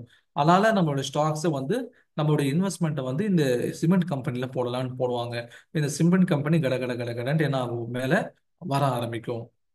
இந்த மாதிரி நிறைய அனௌன்ஸ்மெண்ட் கொடுத்துருக்காங்க. இதுல வந்து ஜஸ்ட் ஒரு 2 3 எடுத்து நம்ம ஒரு எக்ஸாம்பிளுக்கு காமிக்கணுமே, நேற்று வந்து பட்ஜெட்ல இருந்து காமிக்கணுமேன்னு சொல்லி என்ன பண்ணிருக்கேன், எடுத்து போட்டு. இப்போ கவர்மெண்ட்டுடைய இனிஷியேட்டிவ்ஸ் வந்து நமக்கு ஒரு பக்கம் இங்கே பாசிட்டிவா இருக்குது. ரெண்டாவது என்ன, நம்ம ஏன் இந்தியன் ஸ்டாக் மார்க்கெட்ல இன்வெஸ்ட் பண்ணணும்? ஏன்னா இதுக்கு முன்னாடி சில ஸ்டூடெண்ட்ஸ்லாம் ஜாயின் பண்ணாங்க, அவங்க சவுதியில இருந்தெல்லாம் ஜாயின் பண்ணியிருந்தாங்க. சவுதி, துபாய் இந்த மாதிரியான வெளிநாடுகள்ல இருந்தும் ஜாயின் பண்ணியிருந்தாங்க. அவங்க கேட்டாங்க, எங்களுடைய சவுதியில நாங்க இன்வெஸ்ட் பண்றதுக்கு ஏதாவது ஆப்ஷன் இருக்கா, நாங்க வந்து யூஎஸ் மார்க்கெட்ல இன்வெஸ்ட் பண்றதுக்கு ஏதாவது ஆப்ஷன் இருக்கான்னு சொல்லி கேட்டாங்க. ஓகேங்களா? நம்ம வந்து மேஜரா நம்ம இந்தியன் ஸ்டாக் மார்க்கெட்டை தான் ஃபோக்கஸ் பண்ண போறோம், ஏன்னா வி ஆர் இந்தியன்ஸ். ஓகே. இப்போ சவுதி ஒரு ஸ்டாக் மார்க்கெட்ல அங்க இருக்கக்கூடிய சில டேர்ம்ஸ் அண்ட் கண்டிஷன்ஸ்லாம் வேற மாதிரி இருக்கும். ஓகே, அது நமக்கு புரியறது கொஞ்சம் டைம் எடுக்கும். இப்போ யூஎஸ் மார்க்கெட் அங்க இருக்கக்கூடிய டேர்ம்ஸ் அண்ட் கண்டிஷன்ஸ் வேற மாதிரி இருக்கும். அப்போ அது கொஞ்சம் புரியறதுக்கு என்ன பண்ணணும்னு சொன்னா டைம் எடுக்கும். இந்த மாதிரி என்ன இருக்கு பல விஷயங்கள் இருக்கு. நம்ம இந்தியன் ஸ்டாக் மார்க்கெட்ல ஃபோக்கஸ் பண்ணுவோம்.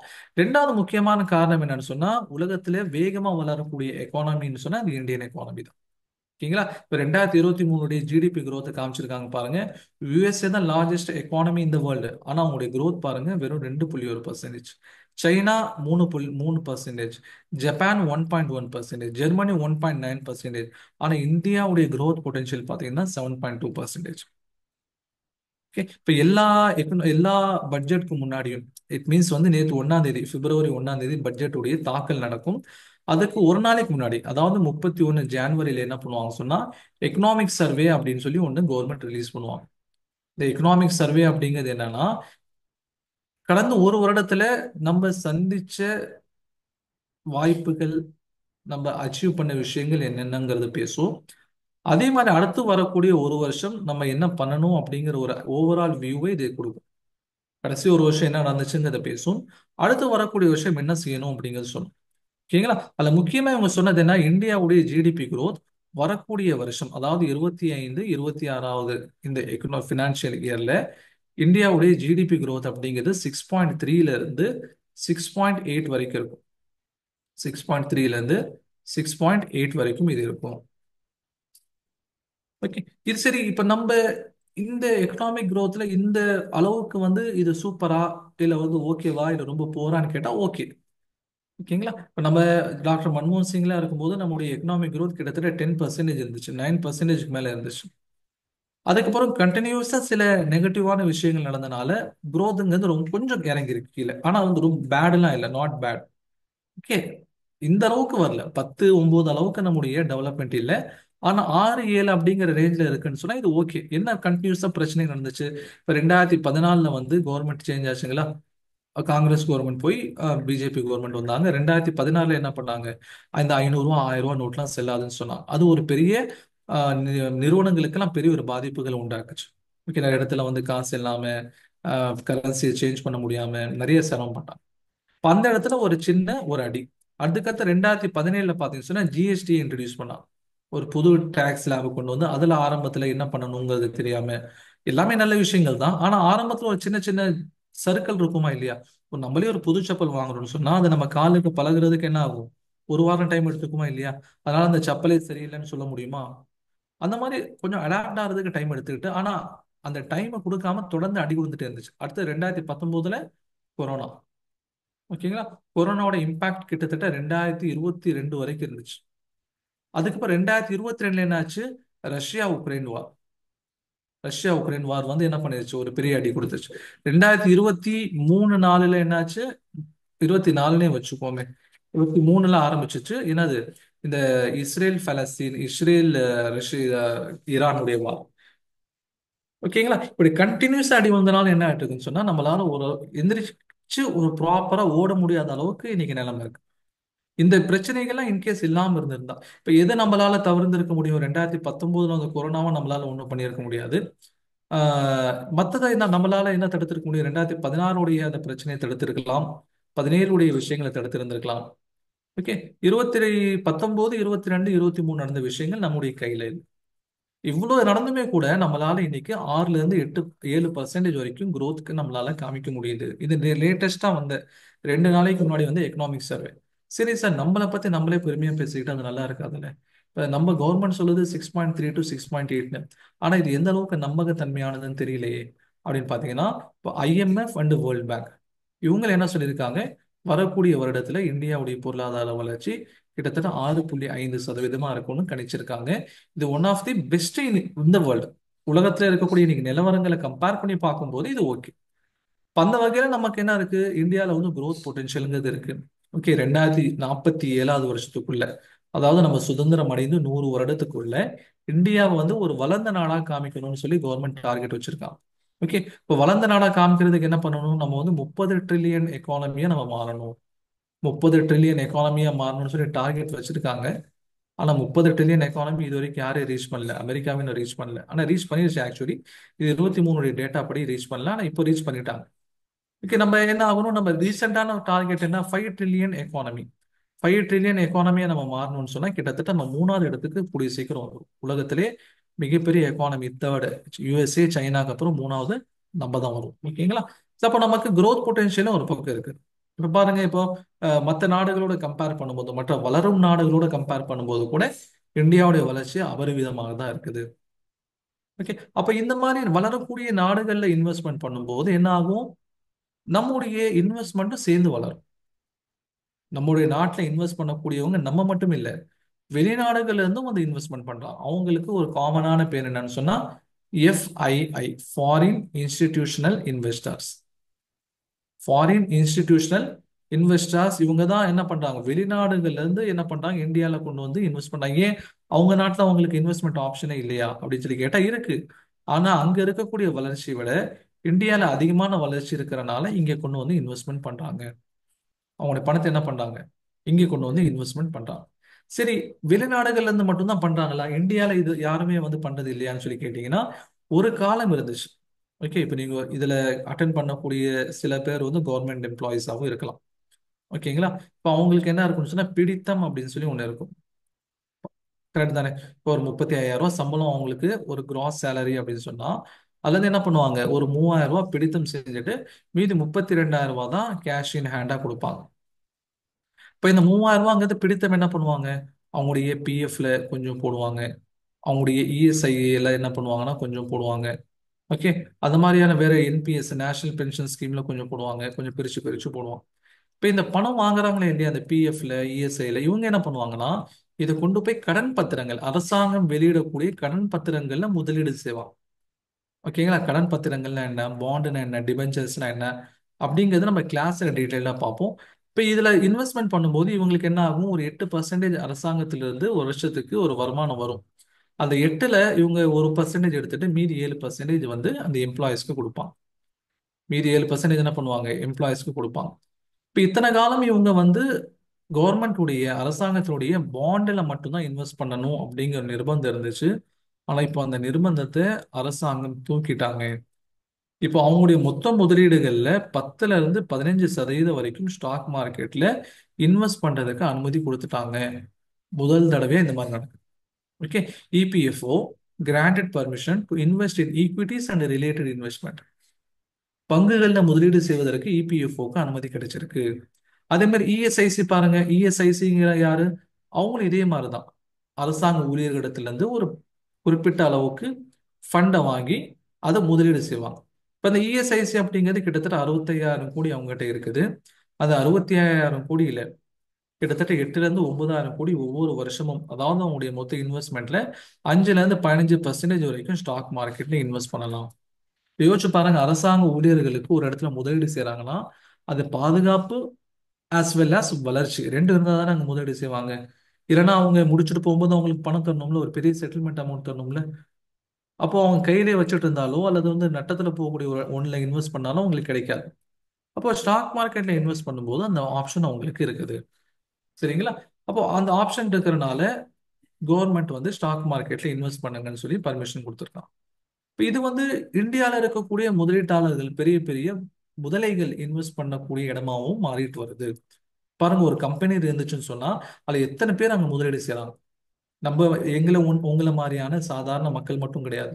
ஒரு கம்பெனி ஆரம்பிக்கணும்னு சொன்னா அந்த கம்பெனியுடைய ப்ரொமோட்டர், ஓகே, அந்த கம்பெனியை ஆரம்பிக்கக்கூடிய ஒரு பெரிய அமௌண்ட் போட்டிருப்பாரு. உதாரணமா ஒரு கம்பெனி ஏபிசி அப்படிங்கிற ஒரு கம்பெனி, இதை ஆரம்பிக்கிறதுக்கு ஒரு 100 கோடி ரூபா ஆகுதுன்னு வச்சுக்கோங்களேன். அந்த 100 கோடி ரூபால எத்தனை பேர் இன்வெஸ்ட் பண்ணுவாங்க தெரியுங்களா? ஃபர்ஸ்ட் வந்து அந்த கம்பெனியை ஆரம்பிக்கக்கூடியவர் பிரைவேட் ப்ரொமோட்டர், அவர் ஒரு குறிப்பிட்ட அளவுக்கு அமௌண்ட் போட்டிருப்பார். அதுக்கப்புறம் நான் முன்னாடி சொன்ன மாதிரி ஃபாரின் இன்ஸ்டிடியூஷனல் இன்வெஸ்டர்ஸ், இவங்க ஒரு முதலீடு செஞ்சிருப்பாங்க.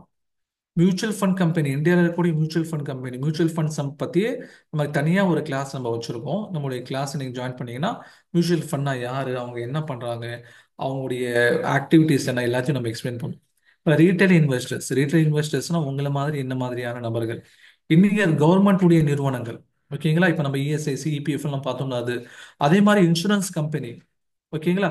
பர்டிகுலரா எல்ஐசி, இந்த மாதிரி பல பேர் சேர்ந்து மார்க்கெட்ல முதலீடு செய்றாங்க. இப்ப யோசிச்சு பாருங்க, இவங்களுக்கெல்லாம் ஏதாவது லாபம் இல்லைன்னா இவ்வளவு பெரிய ஆளுங்கள் வருவாங்களா? ஆயிரக்கணக்கான நபர்கள் ஆயிரக்கணக்கான கோடி வச்சிருக்காங்க. அவங்க கொண்டு வந்து இப்ப நம்ம போடக்கூடிய 50,000 1 லட்சத்துக்கே நம்ம யோசிக்கிறோம்னா 5,000 கோடி 10,000 கோடி போடக்கூடியவங்க எவ்வளவு யோசிப்பாங்க? அப்ப இவங்கெல்லாம் வராங்க அப்படிங்கிற போது இங்க ஒரு சேஃப்டி as well as ஒரு growth இங்க இருக்குதுங்கிறத நம்மளால புரிஞ்சுக்க முடியும். சரிங்களா? இப்போ நம்ம மட்டும் இங்க இன்வெஸ்ட் பண்ணல, நம்மளை சுத்தி பல பேர் சேர்ந்து என்ன பண்றாங்க சொன்னா இங்க இன்வெஸ்ட்மெண்ட் பண்றாங்க. நம்ம இன்னைக்கு இருக்கக்கூடிய ஆப்பர்ச்சுனிட்டிஸை இன்னைக்கு நம்ம லாஸ் பண்ணிட்டு இருக்கோம். ஓகே, இது எவ்வளவு ஆப்பர்ச்சுனிட்டிஸ் இருக்கு எனக்கு தெரிஞ்சு பாத்தீங்க சொன்னா, ஒரு நிமிஷம் நான் கொஞ்சம் தண்ணி குடிச்சுக்கிறேன்.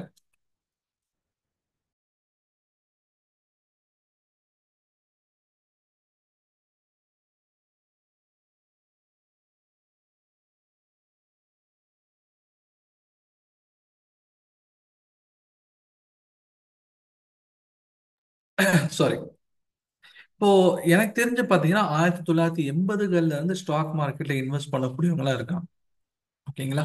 1980கள்ல யோசிச்சு பாருங்க, இன்னைக்கு 2025ல நம்ம இருக்கோம். இன்னைக்கு 2025ல இன்னைக்கு எவ்வளவு ஆப்ஷன்ஸ் நமக்கு இருக்குது, இன்டர்நெட் இருக்குது. ஓகே, லேப்டாப் மூலியமா பார்த்துக்கலாம், மொபைல் மூலியமா நம்ம பார்த்துக்கலாம். இன்னைக்கு டிமேட் அக்கௌண்ட் ஓபன் பண்றது ரொம்ப சிம்பிள். இன்னைக்கு எல்லாமே வந்து டிஜிட்டலைசேஷன் ஆயிடுச்சு. 1980கள் எப்படி இருந்திருக்கும் சுச்சுவேஷன்? அதிகபட்சமா ஒரு மொபைல் ஃபோன் இருக்கும், மொபைல் கூட கிடையாது.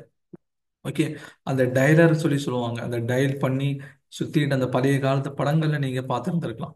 அது என்ன இருக்கும், ரவுண்டா இங்க இருக்கும், இதை வச்சு சுத்தி சுத்தி சுத்தி தான் என்ன பண்ணுவாங்க, அந்த நம்பரை வந்து டயல் பண்ணுவாங்க. அதிகபட்சமா அந்த ஃபோன் இருந்தாலே பெரிய விஷயம். இன்னைக்கு ஒரு ஸ்டாக்கை நீங்க வாங்குறீங்க சொன்னா T+1 வாங்கின அடுத்த நாளே உங்களுடைய டிமேட் அக்கௌண்ட்க்கு வந்துடும். ஆனா அந்த சமயத்துல பாத்தீங்க சொன்னா கிட்டத்தட்ட 40 நாள் 1.5 மாசம் ஆகும் அந்த பேப்பர்ஸ் வந்து உங்க கைக்கு வர்றதுக்கு. இவ்வளோ நேரங்கள்ல இந்த மாதிரியான பெரிய வளர்ச்சி இல்லாத காலத்திலேயே இதுல முதலீடு செஞ்சு ஒரு கம்யூனிட்டி தமிழ்நாட்டில் இன்னைக்கு வந்து ஒரு ஃபார்வர்ட் கம்யூனிட்டியா இருக்காங்க. ஓகேங்களா? அவங்க பேரை சொல்றது கூட தப்பு இல்லை. ஏன்னா அவங்கள வந்து நம்ம ஒரு முன்மாதிரியா தானே எடுக்க போறோம். செட்டியார் கம்யூனிட்டின்னு கேள்விப்பட்டிருப்பேன், இந்த காரைக்குடி செட்டியார்லாம். அவங்களாம் பார்த்தீங்கன்னா 1980கள்ல 90கள்லயே முதலீடு செஞ்சு இன்னைக்கு வந்து ஒரு ஃபார்வர்ட் கம்யூனிட்டியா கவர்மெண்ட் அரசாங்கமே சொல்லிடுச்சு, இந்த கம்யூனிட்டிங்கிறது ஒரு முன்னேறிய சமுதாயமா மாறிட்டாங்க. ஏன்னா அவங்க வெல் பிளான்டா இருந்திருக்காங்க.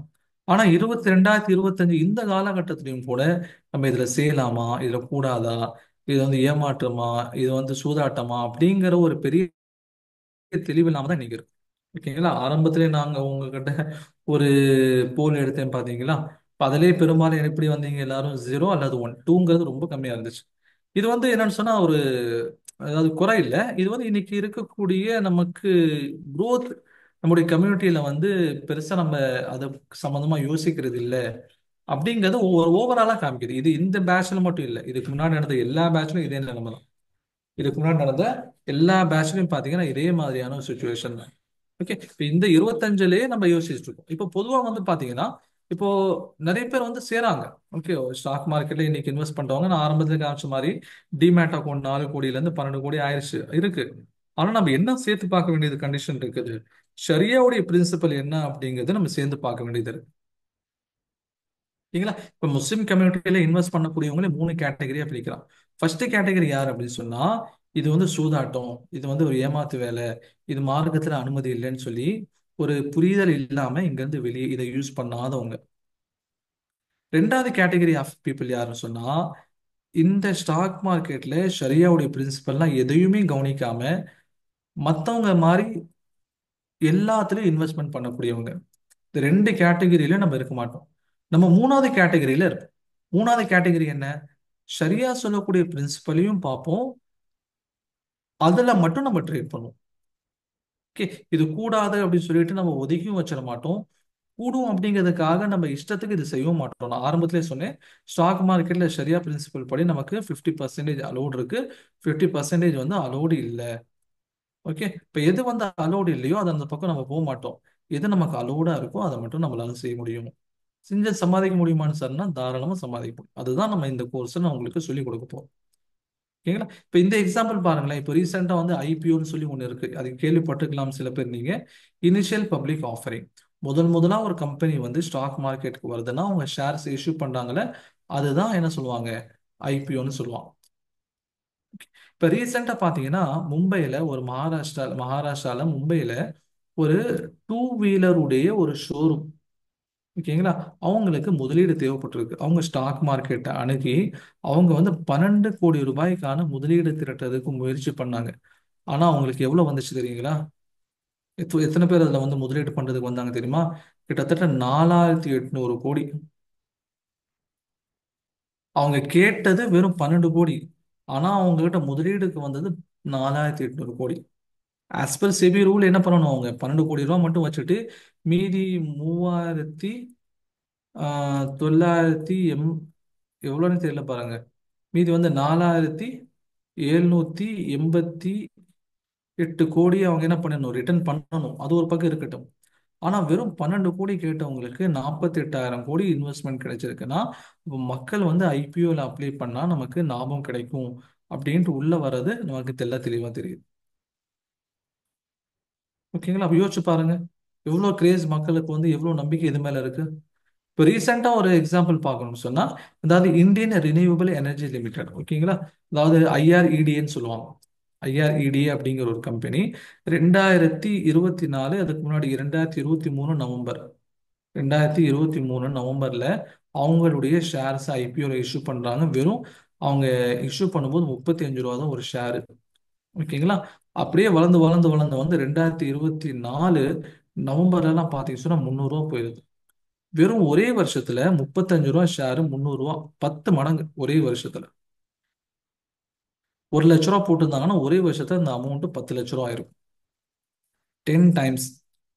ஒரே வருஷத்துல ஒரு இன்வெஸ்ட்மெண்ட் 10 டைம்ஸ் கொடுக்கறதுங்கிறது பெரும்பாலான இடங்கள்ல சாத்தியமே கிடையாது. எல்லா இடத்துலயும் இந்த மாதிரி கிடைச்சிருமா சார் அப்படின்னு சொல்லி கேட்டா எல்லாத்துலயும் இந்த மாதிரி கிடைக்காது. இதெல்லாம் நமக்கு வந்து கிடைச்சிருக்கக்கூடிய ஜாக்பாட். இன்கேஸ் நமக்கு கிடைச்சிருந்தா, நம்ம அப்ளை பண்ணியிருந்தா இந்த மாதிரியான ஜாக்பாட்டை நம்மளால அடிச்சிருக்க முடியும். ஓகே, அப்ப ஆப்பர்ச்சுனிட்டிஸ் இங்க இருக்குது, அதை நம்ம யூஸ் பண்ணிக்கணும். அதுதான் நமக்கு இங்க சொல்ல வரக்கூடிய விஷயம். நமக்கு இன்னைக்கு வந்து நல்ல ஒரு ஆப்பர்ச்சுனிட்டிஸ் இதை கிரியேட் பண்ணி கொடுத்துருக்கு. ஏன்னா நம்ம வந்து வேற ஒரு ஒர்க்ல இருக்கிறோம். ஒரு full time work, morning 10 to 5 அல்லது 6 அல்லது 7 வரைக்கும் நம்ம ஒர்க்ல இருக்கிறோம். இன்னும் நமக்கு இன்கம் தேவைப்படுதுங்கிறதுக்காக இன்னொரு இடத்துல போய் வேலைக்கு சேர முடியுமா? இன்னொரு 6 மணி நேரம் 8 மணி நேரம் வேலைக்கு சேர முடியுமா? நம்முடைய உடலும் ஒத்துக்காது, நம்முடைய கமிட்மெண்ட்டும் அதுக்கு ஒத்துக்காது. அப்ப இன்னொரு வருமானம் நமக்கு வந்து பாசிவான ஒரு வருமானம் ஈட்டுறதுக்கு ஒரு பாதுகாப்பான ஒரு வாய்ப்பு, நல்ல ஆப்பர்ச்சுனிட்டி எங்கே கிடைக்குதுன்னு சொன்னா நமக்கு இங்கே ஸ்டாக் மார்க்கெட்ல கிடைக்குது. சரி, ஸ்டாக் மார்க்கெட்ல சம்பாதிக்க முடியுமா நம்மளால அப்படின்னு சொல்லி கேட்டீங்கன்னா முடியும்.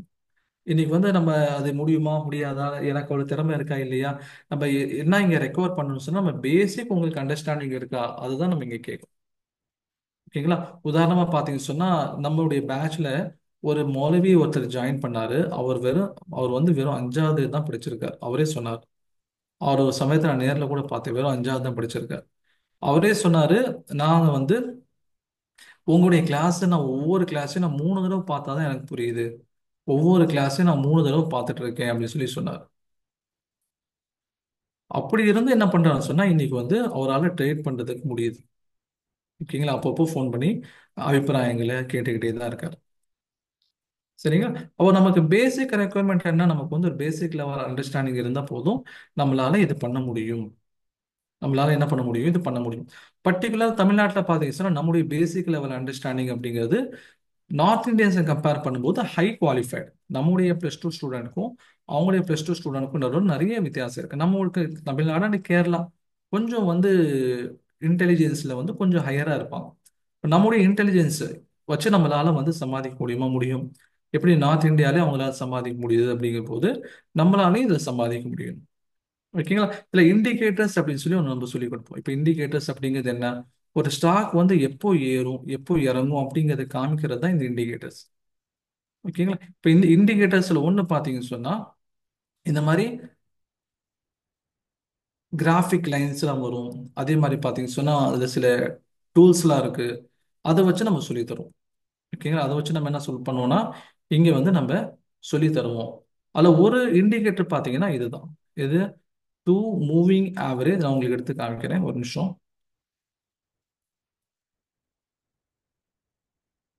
Okay. இப்போ two moving average color direction detection. இப்போ 2 லைன் வருதுங்களா? இந்த 2 லைன் பார்த்தீங்கன்னா ஒன்று வந்து இந்த இந்த 2 லைன் பார்த்தீங்கன்னு சொன்னா இந்த 2 லைனுங்கிறது நமக்கு வந்து பையிங் அண்ட் செல்லிங்கை இண்டிகேட் பண்ணக்கூடிய லைன்ஸ். ஓகேங்களா? நம்ம கிளாஸ் சொல்லி கொடுக்கும்போது உங்களுக்கு நம்ம இது சொல்லுவோம், கிளியரா சொல்லுவோம். 2 லைன் எப்பவுமே எப்போ வந்து ரெட் கலர்ல இருக்கோ அது நமக்கு வந்து ஒரு நெகட்டிவ் இண்டிகேஷன், அதாவது ஸ்டாக் உடைய வேல்யூ இறங்க போகுது.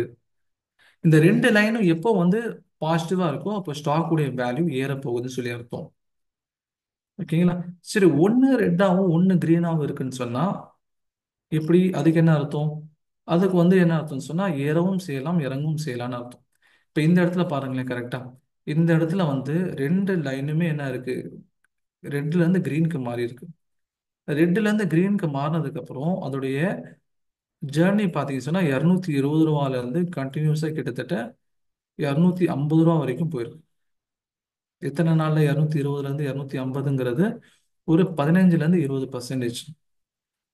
எத்தனை நாள்ல கிடைச்சிருக்கு? வித்தின் 1 வீக் அல்லது 10 டேஸ்ல கிடைச்சிருக்கு. இந்த இடத்துல வந்து ஜேர்னி ஸ்டார்ட் ஆயிருக்கு. இந்த இடத்துல என்ன இருக்குன்னு சொன்னா முடிஞ்சிருக்குன்னு சொல்லி வைங்களேன். ஓகே, 15% காமிக்குது. இந்த 15% எத்தனை நாள்ல கிடைச்சிருக்கு? 15% அப்படிங்கிறது ஒரு 2 வாரத்துக்குள்ள நமக்கு கிடைச்சிருக்கு. ஓகே. அதுக்கப்புறம் திரும்ப 2 லைன் கிரீன் கிடைக்குது. அப்போ இன்வெஸ்ட் பண்ணியிருந்தீங்கன்னா திரும்ப ஒரு அப். அதுக்கப்புறம் ஒரு சின்னதா ரெட் கலர் லைன் வந்து திரும்ப ரெண்டுமே வந்து கிரீன் கலர் லைன் வந்திருக்கு. ஓகே, ரெண்டுமே கிரீன் கலர் லைன் வந்திருக்கு. அப்ப என்ன அர்த்தம்னு சொன்னா இங்க இதெல்லாம் நமக்கு வந்து ஒரு இண்டிகேட் பண்ணுது. இந்த மாதிரி இண்டிகேட்டர்ஸ் நீங்க யூஸ் பண்ணுங்க, நான் உங்களுக்கு ஹெல்ப் பண்றேன். ஆர்டிஃபிஷியல் இன்டெலிஜென்ஸ் இன்னைக்கு அதை ஒரு பெரிய பேசு பொருள் வந்திருக்கா இல்லையா? அதாவது சைனாவுடைய டீப் சீக் வந்ததுக்கு அப்புறம் இன்னைக்கு உலகத்துல வந்து ஏஐல யார் வந்து லீடர்ஸ் அப்படிங்கிற போது இத்தனை நாள் அமெரிக்கான்னு நினைச்சிட்டு இருந்தாங்க. ஆனா சைனா அதை பீட் பண்ணிட்டு தான் தான் லீடர்னு சொல்லி காமிக்கிறாங்க. ஜே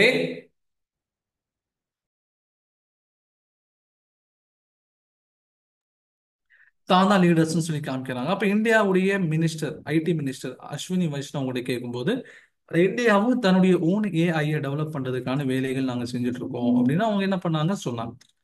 கரெக்ட்டுங்களா? அப்போ இன்னைக்கு ஆர்டிஃபிஷியல் இன்டெலிஜென்ஸ் வச்சு ஸ்டாக் மார்க்கெட்ல எப்படி ட்ரேட் பண்றது, அது ஒரு தனி டாபிக்கா இன்னைக்கு உருவாயிட்டு இருக்கு. நம்ம மனிதர்கள் நம்முடைய நாலேஜை மட்டும் வச்சுக்கிட்டு இல்லாம ஏஐ உடைய டூல்ஸை வச்சு நம்ம எப்படி ட்ரேட் பண்றது. அப்ப அந்த மாதிரி ஏஐ என்னென்ன மாதிரியான டூல்ஸை யூஸ், இப்போ இதுவும் கிட்டத்தட்ட ஒரு ஏஐ டூல் தான். ஓகேங்களா? அட்வான்ஸ்டு ஏஐ டூல் இல்ல, ஒரு பழைய AI tool. Okay, advanced AI tool அப்படிங்கிறது இருக்குது. அட்வான்ஸ்டு ஏஐ டூல் அப்படிங்கிற ஒன்று இருக்குது. புரியுதுங்களா? அப்ப என்னன்னு சொன்னா இந்த மாதிரி ஒரு டூலை வச்சு நம்மளால பிரைஸ் உடைய மூமெண்ட்டை கணிக்க முடியும். பிரைஸ் உடைய மூவ்மெண்ட்டை வந்து நம்மளால கணிக்க முடியும். ஜஸ்ட் ஒரு எக்ஸாம்பிள் தான். நம்முடைய கிளாஸஸ்ல பார்த்தீங்க சொன்னா என்னென்ன டாபிக் எடுப்போம் அப்படிங்கிறது உங்களுக்கு நம்ம கடைசியில் நான் உங்களுக்கு எக்ஸ்பிளைன் பண்ணுவேன். ஓகே, இந்த செஷன் முடியும் போது நான் உங்களுக்கு எக்ஸ்பிளைன் பண்றேன். சரி, இப்போ அடுத்தது என்ன, நம்ம இவ்வளோ ஆப்பர்ச்சுனிட்டிஸ் இங்க இருக்குது. இதுல வந்து நம்ம இன்வெஸ்ட்மெண்ட் அப்படின்னு சொன்னாலே நமக்கு நிறைய ஆப்பர்ச்சுனிட்டிஸ், நிறைய பாசிபிலிட்டிஸ்லாம் இருக்குது. பர்டிகுலரா இதுல நம்ம ஏன் இன்வெஸ்ட் பண்ணணும் அப்படிங்கிற ஒரு கேள்வி வருமா இல்லையா? ஓகே, இப்போ எவ்வளோ இன்வெஸ்ட்மெண்ட் எனக்கு தேவைப்படும், என்கிட்ட எவ்வளோ காசு இருக்கணும், இல்லை எனக்கு நான் இன்வெஸ்ட் பண்ணும்போது என்ன பாசிபிலிட்டிஸ் இருக்கு. இப்போ நீங்கள் ஒரு 5 லட்சம் வச்சிருக்கீங்க, ஏதாவது தொழில் ஆரம்பிக்கணும்னு நினைக்கிறீங்க. உங்களுக்கு மேஜராக ஒரு 5 வச்சு நான் கம்பேர் பண்ணுறேன். இப்போ நீங்கள் ஒரு மளிகை கடையோ அல்லது மெடிக்கல் ஷாப்போ ஓப்பன் பண்ணணும்னு நினைக்கிறீங்கன்னு வைங்களேன். உங்களுக்கு என்ன தேவைப்படும்? மினிமம் ஒரு 5 lakhs இன்வெஸ்ட்மெண்ட் தேவைப்படுங்களா? ஏன்னா அவர் கடைக்கு அட்வான்ஸ் கொடுக்கணும், உள்ள வந்து இன்டீரியர்ஸ் ரெடி பண்ணணும், ஒரு மெடிக்கல்ஸாக இருந்துச்சு சொன்னால் அங்கே ஃப்ரிட்ஜும் வாங்கி வைக்கணும். அதே மாதிரி பார்த்தீங்கன்னு சொன்னால் அங்கே 2 பேர் வேலைக்கு வைக்கணும். ஒரு 5 lakhs உங்களுக்கு மினிமம் இன்வெஸ்ட்மெண்ட் தேவைப்படும். ஆனால் ஸ்டாக் மார்க்கெட் பொறுத்த வரைக்கும் அந்த மாதிரி என்ன எந்த லிமிடேஷன்ஸும் கிடையாது.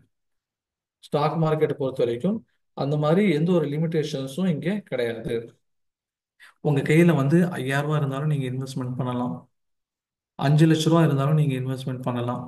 ஓகே, 50 லட்சமா இருந்தாலும் இன்வெஸ்ட்மெண்ட் பண்ணலாம். நீங்க எவ்வளவு இன்வெஸ்ட்மெண்ட் பண்றீங்களோ அதுக்கு ஏத்த மாதிரி லாபம் வரும்.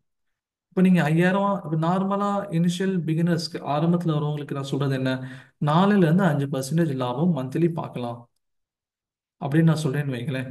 இப்போ நீங்க 5000 இன்வெஸ்ட் பண்றீங்க.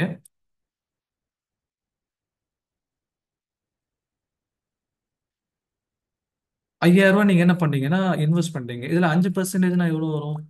5% பார்த்தீங்க சொன்னா 5000ல இருந்து 10% 500, 250 ரூபா நீங்க லாபம் எடுக்கலாம். என்ன சார் 250 ரூபா தானா அப்படின்னா, ஏன்னா நீங்க போட்டதே இன்வெஸ்ட்மெண்ட் கம்மி தானே, 5K தானே போட்டீங்க, 5000 ரூபா தானே போட்டிருக்கீங்க. அதே நீங்க ஒரு 50000 ரூபா போட்டிருக்கீங்க. 50000 ரூபா போட்டு நீங்க வந்து ஒரு 4 to 5% எடுக்கிறீங்கன்னா, அப்போ 50000 ரூபாய்க்கு 5%ங்கிறது கிட்டத்தட்ட 2500 ரூபா. ஓகே, இப்போ 5 லட்சம் ரூபா போடுறீங்க, அது என்ன ஆயிரும்? 25,000 ரூபாவா மாறிடும். சொல்ல வந்து புரியுதுங்களா? அப்ப இங்க மினிமம் இன்வெஸ்ட்மெண்ட் அப்படிங்கிறது கிடையாது. நம்ம எவ்வளவு இன்வெஸ்ட்மெண்ட் பண்றோமோ அதுல இருந்து நமக்கு ஒரு 4%, ஒரு 3%, 5% வந்துச்சுன்னு சொன்னா அதுவே நல்ல ஒரு ரிட்டர்ன்ஸ் தான் இனிஷியல் பிகினர்ஸ்க்கு. இல்ல நீங்க எக்ஸ்பீரியன்ஸ் ஆக ஆக என்ன ஆகும்னு சொன்னா இதுவே வந்து 5ங்கிறது 6ஆ மாறும், அதுக்கப்புறம் 7ஆ மாறும், அதுக்கப்புறம் 8ஆ மாறும். இது வந்து உங்களுடைய எக்ஸ்பீரியன்ஸை பொறுத்து மாறும். சரிங்களா? அப்ப நோ மினிமம் இன்வெஸ்ட்மெண்ட் ரெக்குவயர்மெண்ட் இங்க கிடையாது. இங்க வந்து மினிமம் இன்வெஸ்ட்மெண்ட் இவ்வளவு இருக்கணும் அவ்வளவு இருக்கணும் அப்படிங்கிற அந்த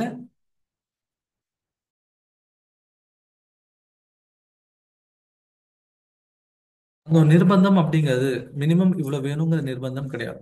சரி, ரெண்டாவது பாத்தீங்க சொன்னா இப்ப நீங்க ஒரு இடத்துக்கு வேலைக்கு போறீங்க அப்படின்னா அங்க நீங்க என்ன பண்ணணும்? மினிமம் 8 ஹவர்ஸ் அங்க ஒர்க்ல இருந்தாகணும். கரெக்டுங்களா?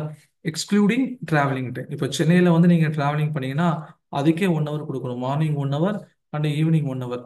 ஒரு 4 கிலோமீட்டர் 5 கிலோமீட்டர் இருந்தாலே நமக்கு இவ்வளவு டைம் எடுத்துக்கும். அப்போ அரௌண்ட் 9 to 10 ஹவர்ஸ் அப்படிங்கிறது ஒர்க்குக்கு நீங்க அலாட் பண்ணணும். ஆனா இங்க அப்படி கிடையாது. மார்க்கெட்டுடைய மொத்த அவரே பார்த்தீங்கன்னு சொன்னா மார்னிங் 9:15ல இருந்து ஈவினிங் 3:30 வரைக்கும் தான். கிட்டத்தட்ட 6.25 மணி நேரம் தான் மார்க்கெட். கிட்டத்தட்ட 6.25 மணி நேரம் மட்டும்தான் என்ன இருக்குன்னு சொன்னா மார்க்கெட்டுங்கிறது செயல்படும். இந்த 6.25 மணி நேரமும் நீங்க இருக்கணுங்கிற அவசியம் கிடையாது. ஒரு நாளைக்கு நீங்க 2 ஹவர்ஸ் கொடுத்தா போதும். அது உங்களுடைய கன்வீனியன்ட் டைம். பர்டிகுலரா இந்த 9:15ல இருந்து 9:30க்கு நடுவில் நீங்க இருக்கணும்.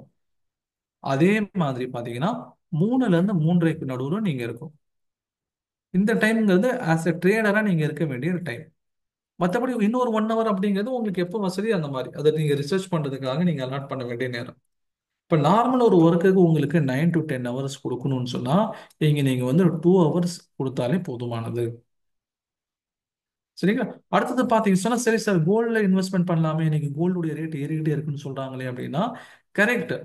ஆனா பொதுவா பாத்தீங்கன்னா கோல்டுடைய இன்வெஸ்ட்மெண்ட் அப்படிங்கிறது எப்படி இருக்கும்னா ஒரு ரெசெஷன் பீரியட்ல தான் இருக்கும். அதாவது ஒரு மந்த நிலை, பொருளாதார மந்த நிலைன்னு சொல்லுவாங்க. ஓகேங்களா? இப்போ வந்து இதாவது எக்கனாமிக் சைக்கிளை வந்து இப்படி பிரிப்பாங்க. ஓகேங்களா? எக்கனாமிக் சைக்கிள் இப்படி பிரிப்பாங்க. அதாவது 4 ஃபேஸா இருக்கும்.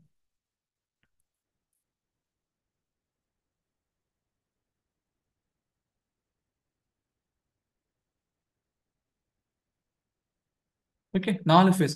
இந்த ஹையஸ்ட் ஃபேஸ்ல வந்து இந்த பூம் அப்படின்னு சொல்லுவாங்க. ஓகே, பூம் அப்படின்னு சொல்லுவாங்க. இப்போ கீழே இருக்கக்கூடிய ஃபேஸஸ் தான் வந்து என்ன சொன்னாங்க, ரெசெஷன் சொல்லுவாங்க. பொருளாதார மந்தநிலைகள் ஏற்படக்கூடிய சமயம். இது என்ன ஆகுது, ரெசெஷன்ல இருந்து இது பூமுக்கு டிரான்ஸ்ஃபர் ஆகுது, இது பூம்ல இருந்து ரெசெஷன் பக்கமா இது போற ஒரு ஃபேஸ். இப்போ எப்பெல்லாம் இந்த ரெசெஷன் வருதோ மார்க்கெட்ல, அப்போதான் கோல்ட்ல கொண்டு போய் இன்வெஸ்ட் பண்ணுவாங்க. ஏன்னா பிசினஸ் இன்வெஸ்ட் பண்ணா இப்போ வந்து அந்த மாதிரி சூழ்நிலை. இப்போ உதாரணமா கொரோனா பீரியட், கொரோனால வந்து பிசினஸ் இன்வெஸ்ட் பண்ணணும்னு யாராவது நினைப்பாங்களா? முடியாது. ஏன்னா வந்து பிசினஸ் நடக்கிறது இல்லை, அது வந்து ரெசெஷன் பீரியட். அந்த மாதிரியான நேரங்களில் தான் கோல்டு இன்வெஸ்ட்மெண்ட் பண்ணுவாங்க. ஆனா இப்போ வந்து ரெசெஷன் பீரியடா சார், இப்போ வந்து கோல்டுடைய ரேட் ஏறிட்டே இருக்குன்னு நினைக்கிறீங்கன்னா, காரணம் பல இருக்குது. ஒண்ணு வந்து பொதுவாகவே எல்லா பொருட்களுடைய விலை ஏறும் அப்படிங்கிறது ஒண்ணு, ஒரு கான்செப்ட். அது மட்டும் கிடையாது. உலகத்துல வந்து என்ன ஆகுதுன்னா, இந்த உக்ரைனுடைய வார், ரஷ்யாவுடைய வார்லாம் நடக்குதா இல்லையா, போருடைய சூழ்நிலைகள் இப்பெல்லாம் வருமோ, அப்போ கோல்டுடைய தேவைகள் அதிகமாகும். அதுல மக்கள் இன்வெஸ்ட்மெண்ட் பண்ணுவாங்க. ஓகேங்களா? அப்ப இதுல இன்வெஸ்ட்மெண்ட் பண்றோம். அதுல நமக்கு வந்து பிளஸும் இருக்குது, சில மைனஸ் இருக்குது. ஓகேங்களா? எல்லாத்துலயும் பிளஸ் இருக்குது, மைனஸ் இருக்குது. ஓகே, எல்லாத்துலயும் பிளஸ் இருக்குது, எல்லாத்துலயும் மைனஸ் இருக்குது. இப்போ ஃபோர்த் ஆப்ஷன் பாத்தீங்க சொன்னா, ரியல் எஸ்டேட். சார் இன்னைக்கு ரியல் எஸ்டேட் அப்படிங்கிறது எல்லாருடைய கனவா இருக்குது.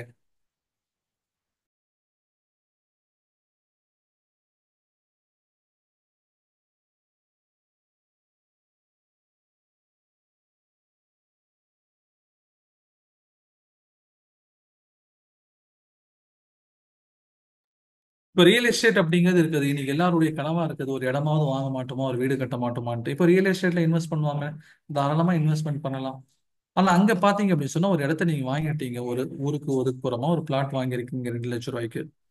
ஓகே, சந்தோஷம் தான். ஆனா திடீர்னு உங்களுக்கு ஒரு 10,000 ரூபாய் தேவை வருதுன்னு வைங்களேன், அந்த 2 லட்ச ரூபாய் லேண்டை வச்சு நீங்க என்ன பண்ண முடியும்? ஒரு நிமிஷம் லைன்ல இருங்க.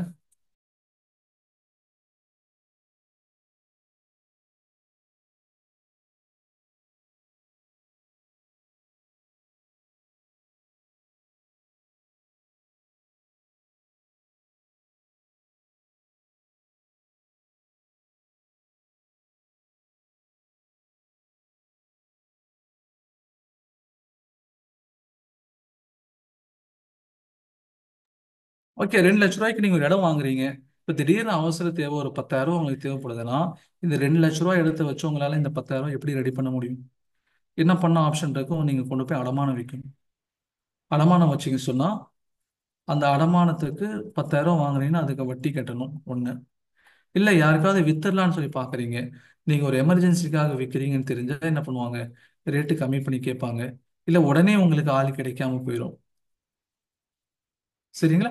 அப்ப என்ன, இங்க எல்லாம் வந்து நம்ம ஒரு கடையை, நீங்க மெடிக்கல் கடையோ வைக்கிறீங்களாலும் சரி, இல்ல ஒரு ஒர்க்ல இருக்கீங்கனாலும், ஒரு கோல்டோ அல்ல ரியல் எஸ்டேட்டோ, எல்லாத்துலயும் பிளஸ் மைனஸ் இருக்குது. ஆனா ஸ்டாக் மார்க்கெட்ல அதை விட ஒரு பாயிண்ட் எக்ஸ்ட்ரா உங்களுக்கு பிளஸ் இருக்குது, அவ்வளவுதான் விஷயம்.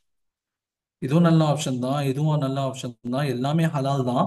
அதுல எந்த விதமான மாற்று கருத்தும் கிடையாது. ஆனா அதுல எல்லாம் இருக்கிறத விட ஒரு பாயிண்ட் எக்ஸ்ட்ரா இங்க இருக்குது, பிளஸ் பாயிண்ட், அவ்வளவுதான். ஒரு மினிமம் ரெக்குவயர்மெண்ட் இவ்வளோ இன்வெஸ்ட்மெண்ட் பண்ணணுங்கிறது தேவையில்லை. நீங்க ஒரு 8 ஹவர்ஸ் இங்க உட்காரணும் அப்படிங்கிற அவசியம் இல்லை. அதே மாதிரி பாத்தீங்கன்னா, நீங்க ரிசெஷன் பீரியட்ல ஒரு பர்டிகுலர் பீரியட்ல வந்து கோல்ட்ல போடுற மாதிரி இங்க போடணுங்கிற அவசியம் இல்லை. வருஷம் ஃபுல்லா உங்களுக்கு ஆப்ஷன்ஸ் இங்க இருக்குது. ஓகே, அதே மாதிரி வந்து ரியல் எஸ்டேட்ல போடும்போது உங்களுக்கு சில சமயங்கள்ல உங்களுக்கு பையர், நீங்க விற்கணும்னு நினைக்கும் போது கிடைக்காம இருந்திருக்கலாம். ஆனா அந்த மாதிரிலாம் கிடையாது, நீங்க போட்ட அடுத்த நிமிஷத்துல நீங்க ஸ்டாக்ஸ் வித்து, நீங்க ஆர்டர் போடுறீங்கன்னா, ஆர்டர் போட்டு 2 நிமிஷத்துலயே உங்களுக்கு ஸ்டாக் எல்லாம் என்ன ஆயிரும், செல் ஆயிரும். எல்லாத்துக்கும் மேல ஒரு பெரிய பிளஸ் என்னன்னு சொன்னா லிக்விடிட்டி. இதுதான் மார்க்கெட்ல இருக்கக்கூடிய பெரிய பிளஸ். ஓகே, ஒரு பணம் அப்படின்னா நமக்கு எப்போ தேவைப்படணுங்க, எப்போ நமக்கு யூஸ் ஆனா அது வந்து பணம் நமக்கு பிரயோஜனம், நமக்கு தேவைப்படும் போது அது கையில வேணும். கரெக்டா? ஒரு பணம் நமக்கு வந்து யூஸ் ஆகுதுங்கிற போது எப்போ யூஸ் ஆகணும், நமக்கு தேவைப்படும் போது நமக்கு யூஸ் ஆனாதான் அது நமக்கு பிரயோஜனம் கொடுக்கக்கூடிய பணம். தேவைப்பட சொந்தக்காரங்களா எப்படி சொல்லுவாங்களா இல்லையா, எனக்கு கஷ்டம் வரும்போது உதவிக்கு வரவங்க தான் உண்மையான சொந்தக்காரங்க. இல்லைன்னா வெறும் சொந்தக்காரங்கன்னு சொல்றதுல என்ன இருக்கு? சந்தோஷமான நேரத்துல கூட இருக்கிறாங்க, கஷ்டம்னா ஓடி போயிடுவாங்கன்னா அவங்க சொந்தமே இல்லைன்னு சொல்லுவாங்களா, அதே மாதிரி தான் பணமும். எனக்கு தேவைப்படும் போது அது கிடைக்கும் எனக்கு. இப்போ திடீர்னு நமக்கு 5,000 ரூபாய் வேணும். இப்போ நீங்க வந்து ஒரு மெடிக்கல்ல போட்டு வச்சிருக்கீங்க, அங்கேருந்து 5,000 ரூபாய் எடுக்கணுமா, கொஞ்சம் சிரமமா இருக்கும். இல்லை 8 ஹவர்ஸ் நீங்க ஒர்க்குக்கு போயிட்டு இருக்கீங்க, மாசம் 25ஆம் தேதி சம்பளம் 1ஆம் தேதி வருது, இன்னும் 5 நாள் வெயிட் பண்ணி வாங்கணும். இப்போ போய் வந்து அட்வான்ஸ் கேட்டால் தரமாட்டாங்க, 5 நாள்ல சேலரி இருக்கேன்னு சொல்லிட்டு. ஓகே, இப்போ கோல்டுல ஓரளவுக்கு லிக்விடிட்டி இருக்கு. ஆனா வந்து நீங்க விற்கும் போது என்ன பண்ண முடியாது, எக்ஸாக்டா அன்னைக்கு வந்து உதாரணமா 7,500 ஒரு கிராம் கோல்டு போயிட்டு இருக்குன்னு சொன்னா, நீங்க ஒரு கிராம் கொண்டு போய் நீங்க கொடுத்தீங்கன்னா 7,200 கொடுத்தாலே அதிகம் தான். 300 கம்மி பண்ணிக்குவாங்க. ஓகே. அதே மாதிரி வந்து ரியலேஷன்ல போட்டிருக்கீங்க, உங்களால டக்குன்னு பணம் எடுக்க முடியல. ஆனா மார்க்கெட்ல பாத்தீங்கன்னா நீங்க 1 கோடி ரூபாய் போட்டிருக்கீங்க, திடீர்னு உங்களுக்கு பெட்ரோல் போடுறதுக்கு 1000 ரூபாய் வேணும்னா கூட அந்த 1000 ரூபாய் தனியா கட் பண்ணி உங்களால எடுக்க முடியும். இதுக்கு பேர் தான் லிக்விடிட்டிங்கிறது. நமக்கு பணம் தேவைப்படும் போது இந்த இடத்துல யூஸ் ஆகும். ஓகேங்களா? தேவைப்படும் போது வெளியே எடுத்துக்கலாம், இல்லையா தூக்கி உள்ள போட்டுடலாம். இதுதான் இங்க இருக்கக்கூடிய ஒரு பெரிய ப்ளஸ் பாயிண்ட் அப்படிங்கிறது. லிக்விடிட்டி அப்படிங்கிறது இங்க இருக்கக்கூடிய நமக்கு பெரிய ஒரு ப்ளஸ் பாயிண்ட். வேற எங்கேயும் இல்லாத ஒரு ஆப்ஷன் நமக்கு இங்கே ஸ்டாக் மார்க்கெட்ல அது நமக்கு கிடைக்கும். ஓகேங்களா? இப்பெல்லாம் நம்ம என்னால கத்துக்க முடியுமா? அதான் நான் ஆரம்பத்துல சொன்னேன், நமக்கு ஒரு டவுட் இருக்கிறது, என்னால இதை கத்துக்க முடியுமா அப்படிங்கிற ஒரு டவுட் என்ன இருக்கும், எல்லாத்துக்கும் இருந்துகிட்டே தான் இருக்கும். ஏன்னா வந்து எனக்கு இதை பத்தியான ஒரு அறிமுகம் இல்லை, எனக்கு இதை பத்தியான ஒரு தெளிவு இல்லை. முக்கியமா நான் வந்து ஷரியாவுடைய பிரின்சிபல்ஸ் நான் பார்க்கக்கூடியவன், எனக்கு அதை பத்தி எதுவுமே தெரியல, அதை நான் எங்க பார்க்கணுங்கிறது தெரியல அப்படின்னா எல்லாத்தையும் கம்பைன் பண்ணி சேர்த்து நம்ம சொல்லிக்கிறோம். நம்ம வந்து ஒரு ஸ்டாக்கை ஃபில்டர் பண்ணுறதுக்கு முன்னாடி அதோடைய ஃபண்டமெண்டல்ஸ் எப்படி இருக்குது, அதோடைய டெக்னிக்கல்ஸ் எப்படி இருக்குது, அதோடைய ஷரியா பிரின்சிபல்ஸ் எப்படி பார்க்கணுங்கிற எல்லாத்தையும் சேர்த்து வச்சு நம்ம சொல்லித்தரோம். புரியுதுங்களா? இப்போ நம்முடைய டாபிக்ல பொறுத்த வரைக்கும் இதுதான் மேஜரான டாபிக்ஸாக இருக்கும். இப்போ ஸ்டாக் மார்க்கெட்டை பொறுத்த வரைக்கும் பேசிக் டெர்மினாலஜிஸ் ஃபர்ஸ்ட் கிளாஸஸ் அந்த மாதிரி தான் இருக்கும். ஓகே. பேசிக் டெர்மினாலஜி என்ன, ஸ்டாக் மார்க்கெட்டுக்கு மட்டுமே உரித்தான சில வார்த்தைகள் இருக்கும், அது மற்றவங்களுக்கு அது புரியாது. உதாரணம் பார்த்தீங்கன்னு சொன்னா சென்செக்ஸ்ன்னு சொல்லுவாங்க. இந்த வார்த்தையை நீங்க கேள்விப்பட்டிருப்பீங்க, ஆனா இதுல எத்தனை பேருக்கு இதுக்கு அர்த்தம் தெரியும்? அதே மாதிரி நிஃப்டின்னு சொல்லி ஒரு வார்த்தை இருக்கு. நிஃப்டினா என்ன? அதே மாதிரி புல் அப்படின்னு ஒரு வார்த்தை வரும். புல்னா என்ன? புல்னா காளைகள் அப்படிங்கிறது நமக்கு தெரியும். காளைகளுக்கு இங்க என்ன இருக்கு, ஜல்லிக்கட்டு நடக்குது இங்க இல்ல. அப்ப காளைகளை ஏன் இங்க பயன்படுத்துறாங்க? அடுத்தது பியர் அப்படின்னு சொல்லுவாங்க. பியர்னா யாரு? கரடிகள். கரடியை பத்தி இங்க எதுக்கு பேசுறாங்க? இதெல்லாம் வந்து ஸ்டாக் மார்க்கெட்டுக்கு மட்டுமே உரித்தான சில வார்த்தைகள். இந்த மாதிரி நிறைய வார்த்தைகள் இருக்கு. இப்போ நம்முடைய கிளாஸ்ல பேசிக்கா அதை நம்ம சொல்லி கொடுத்துருவோம் உங்களுக்கு. பேசிக் இந்தந்த டேர்ம்ஸ் எல்லாம் தெரிஞ்சிருக்கணும். அடுத்த முக்கியமா பாத்தீங்கன்னா சொன்னா Islamic angle on stock market. இது நம்ம வந்து 2 கிளாஸா எடுப்போம். ஓகே. Class 1 and class 2. எப்படி ஷரியாவுடைய பிரின்சிபல்ஸ் பார்க்குது, ஷரியா இது சம்மந்தமா என்ன பேசுது, ஓகே, ஷரியா இது சம்மந்தமா என்ன பேசுது, நம்ம எங்க போய் வந்து ஷரியாவுடைய பிரின்சிபல்ஸ் எல்லாம் பார்க்கணும் அப்படிங்கிற விஷயத்தை பத்தி என்ன பண்ணுவோம், ஆரம்பத்துல ஒரு கிளாஸும் கடைசியில ஒரு கிளாஸும் மொத்தம் என்ன பண்ணுவோம் சொன்னா 2 கிளாஸ் நடத்தும். ஓகேங்களா? மூணாவது என்ன இருக்கும் மேஜரா, நமக்கு வந்து ஃபண்டமெண்டல் அனாலிசிஸ். ஓகே. ஃபண்டமெண்டல் அனாலிசிஸ்னா என்ன? ஒரு ஸ்டாக் உடைய ஃபவுண்டேஷன் நல்ல ஸ்ட்ராங்கா இருக்கா? இப்ப நீங்க ஒரு பெரிய ஒரு மாளிகை கட்டணும், பெரிய ஒரு பில்டிங் கட்டணும் அப்படின்னா அந்த அஸ்திவாரம் அதுக்கேற்ற மாதிரி இருக்கும். அஸ்திவாரத்தை நீங்க சரியா போடாம அது மேல நீங்க பில்டிங் எழுப்ப ஆரம்பிச்சிட்டீங்கன்னா பில்டிங் கீழே விழுந்துடும். இப்போ ஒரு ஸ்டாக்ல நம்ம இன்வெஸ்ட் பண்ணணும்னு சொன்னா அதோட ஃபண்டமெண்டல்ஸ் எப்படி இருக்குன்னு சொல்லி பார்க்கணும். இப்போ ஃபண்டமெண்டல்ஸ் நல்லா இருந்தா தான் நம்மளால அந்த பக்கமே போக முடியும், அந்த மேல பில்டிங்கே கட்ட முடியும். இப்போ அஸ்திவாரம் நல்லா இருக்கான்னு சொல்லி பார்க்கறதுக்கு என்னென்ன பண்ணணும், அதுதான் நம்ம இந்த ஃபண்டமெண்டல் அனாலிசிஸ்ல பார்ப்போம். அதுக்கடுத்து கம்ப்ளீட்டா 6ல இருந்து 7 class technical analysis. Okay. Technical analysis. Technical அனாலிசிஸ்னா என்ன? இப்போ ஃபண்டமெண்டல்ஸ் நல்லா இருக்கும், ஓகே, அஸ்திவாரம் நல்லா ஸ்ட்ராங்கா போட்டுட்டீங்க. இப்போ அதுக்கு மேல பில்டிங் எடுக்கணும். பில்டிங் எடுக்கும்போது நீங்க வந்து மேல் நோக்கி கட்டடத்தை கொண்டு போக போறீங்களா, இல்ல வந்து அகலமா கட்டடத்தை கொண்டு போக போறீங்களா, இல்ல என்ன டிசைன்ல கொண்டு போக போறீங்க, இந்த டிசைன்ல போனா உங்களுக்கு என்ன பிளஸ், அந்த டிசைன்ல போனா என்ன பிளஸ்ன்னு யோசிப்பாங்களா இல்லையா? அந்த மாதிரி தான் டெக்னிக்கல்ஸ். ஒரு ஸ்ட்ராங்கான ஃபண்டமெண்டல் இருக்கக்கூடிய ஸ்டாக்கை கண்டுபிடிச்சாச்சு. அது எப்போ ஏறும், ஏறுறதுக்கு முன்னாடி ஏதாவது சிக்னல் கொடுக்குமா, என்ன மாதிரியான சிக்னல் கொடுக்கும், அதை எப்படி பார்க்கறது, அது எவ்வளோ வகையான சிக்னல்ஸ் இருக்குது, அது எல்லாத்தையும் நம்ம என்ன பண்ணுவோம்னு சொன்னா டெக்னிக்கல்ஸை நம்ம பார்ப்போம். Okay. அதே மாதிரி வந்து ஒரு ட்ரேடிங் சைக்காலஜின்னு சொல்லி ஒன்று இருக்கு. ட்ரேடிங் சைக்காலஜினா என்ன? ஒரு ட்ரேட் பண்றவங்களுக்கு என்ன ஒரு மனோநிலை இருக்கும், ஏன்னா மார்க்கெட் அப்படிங்கிறது இது ஒரு கடல். ஓகேங்களா? ஸ்டாக் மார்க்கெட் அப்படிங்கிறது ஒரு கடல். 30 வருஷம், 40 வருஷம், 50 வருஷம் மார்க்கெட்ல இருக்கிறவங்களால கூட நான் எல்லாத்தையும் நான் கத்துக்கிட்டேன் அப்படின்னு சொல்ல முடியாது. ஸ்டாக் மார்க்கெட்டை பொறுத்த வரைக்கும் நான் எல்லாத்தையும் கத்துக்கிட்டேன்னு சொல்லிட்டு 50 வருஷமா இருக்கிறவங்களால கூட சொல்ல முடியாது. அப்படிங்கிற போது கத்துக்குட்டிகளா இருக்கக்கூடிய நம்ம எப்படி இதை அணுகணும்? ஓகேங்களா? இப்போ கடலுக்கு நீங்க போறீங்க, கடலும் ஒரு நதியும் ஒண்ணா? நதியில இருக்கக்கூடிய அதோடைய ஆழமும் அதோடைய வேகமும் கடலை கம்பேர் பண்ணும்போது எப்படி இருக்கும்? அப்போ இங்க எப்படி நடந்துக்கணும், ஆத்துல எப்படி நீச்சல் அடிக்கணும், கடல்ல எப்படி நீச்சல் அடிக்கணும், ஆத்துல எந்த படகுல போகணும், கடகுல எந்த கப்பல்ல போகணுங்கிறது நமக்கு தெரியணும். அது மாதிரி நமக்கு அந்த சைக்காலஜி நம்ம டெவலப் பண்ணிட்டாதான் மார்க்கெட் நம்மளை பயமுறுத்தும் போது நம்ம பயப்படாம இருப்போம். ஓகேங்களா? கடல்ல போறோம், கடல்ல போனா என்ன வரும்? புயல் வரும். புயல் வருங்கிறது எல்லாத்துக்கும் தெரியும். அதுக்காக கடல்ல பயணம் செய்யாம இருக்காங்களா? எல்லாரும் பயணம் செய்ய தான் செய்றாங்க. கப்பல்கள்லாம் போயிட்டு வந்துட்டு தான் இருக்கு.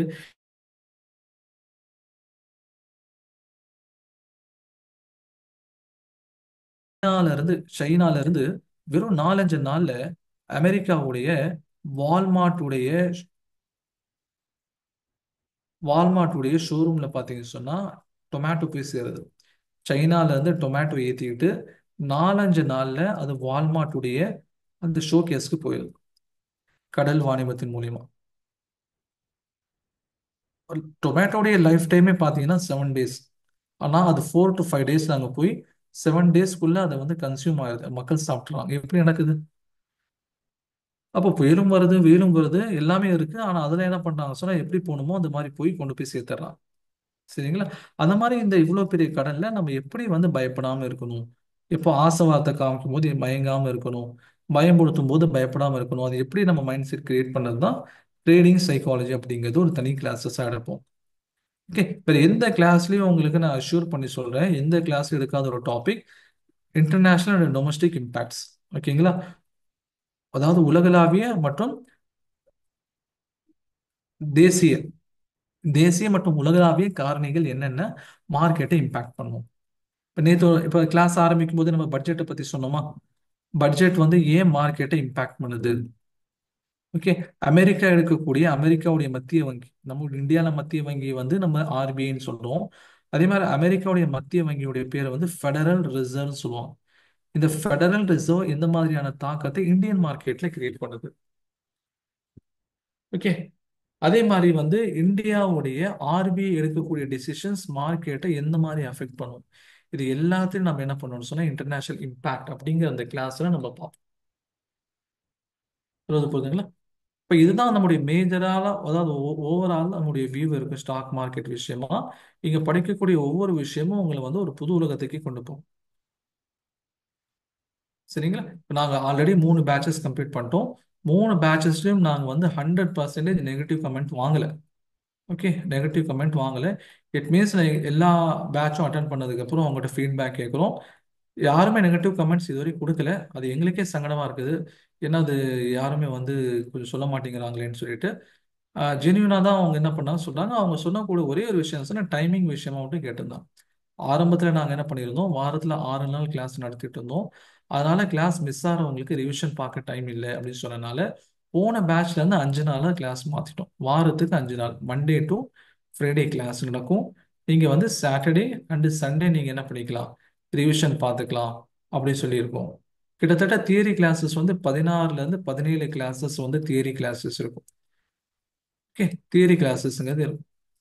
இப்போ ஒருத்தர் என்ன பண்ணியிருந்தாரு சொன்னா, நாங்க குரூப்ல ப்ரோமோட் பண்ணும்போது கேட்டாரு, ஸ்டாக் மார்க்கெட்ல சம்பாதிக்கிறான்னு சொன்னீங்களே, நீங்க சம்பாதிக்கிறீங்களா, எங்க ப்ரூஃப் காமுங்க அப்படின்னு சொல்லி கேட்டாரு. ஓகேங்களா? நான் அவருக்கு என்ன பண்ணேன், என்னுடைய ப்ரூஃப் எடுத்து அனுப்பிச்சு விட்டேன். பாருங்க, போன ஃபினான்ஷியல் இயர்ல என்னுடைய ப்ராஃபிட் இது அப்படின்னு. அதே மாதிரி தான் இப்போ தியரி கத்துக்கிட்டோம். இப்போ இதை ப்ராக்டிக்கலா வந்து எக்ஸிக்யூட் பண்ணுமா இல்லையா?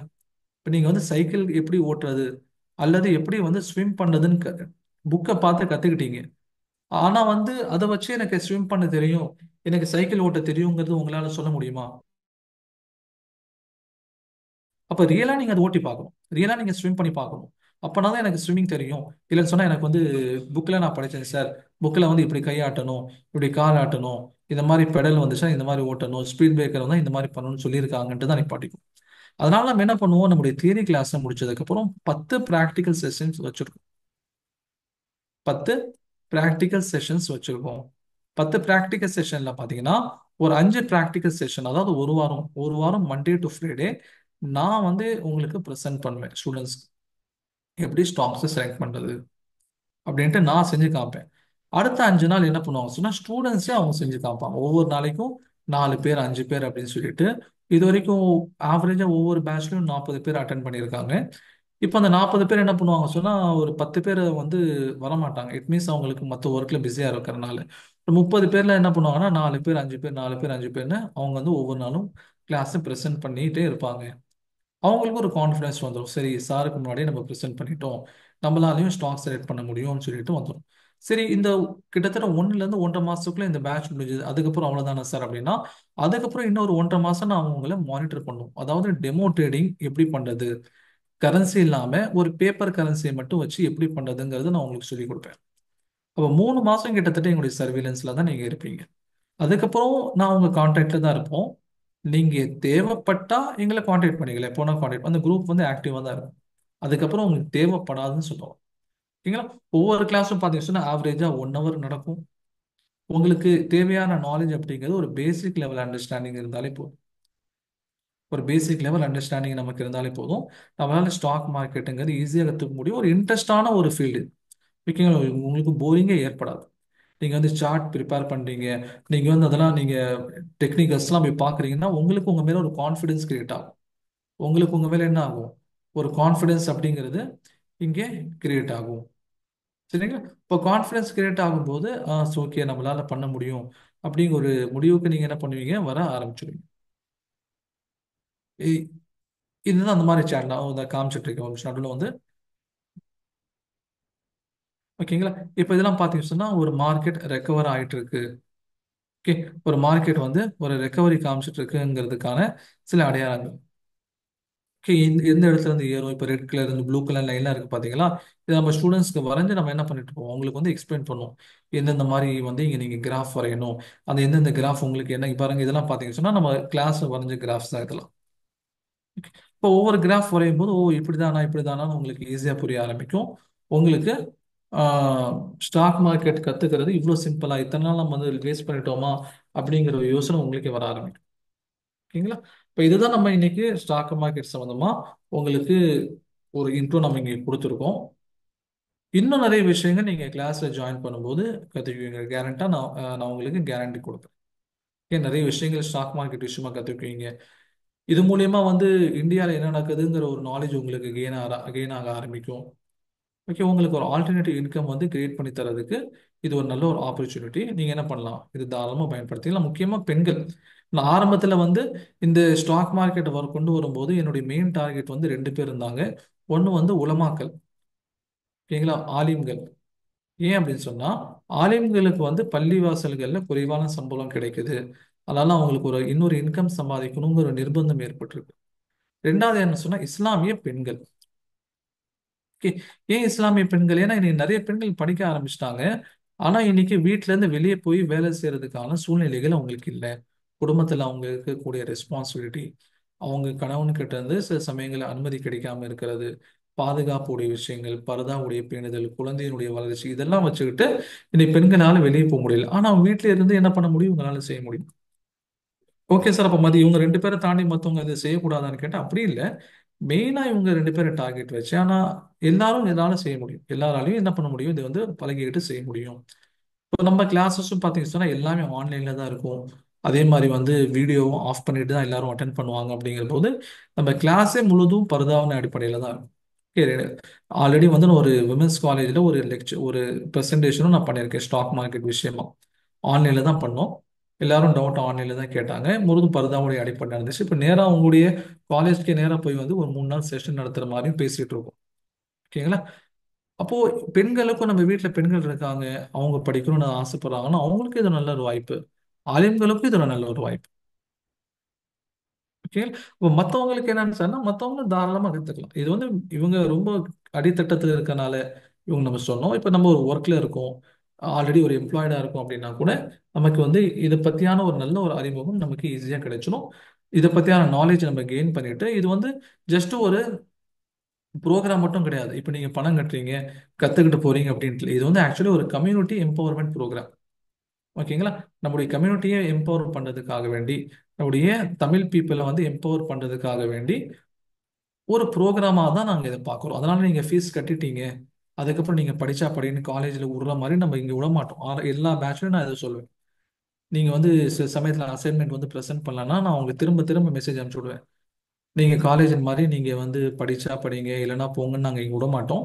கம்பல்சரி நீங்க எல்லாத்தையும் இங்க ப்ரெசென்ட் பண்ணி தான் ஆகணும் அப்படிங்கறத நாங்க கம்பல் பண்ணுவோம். ஓகேங்களா?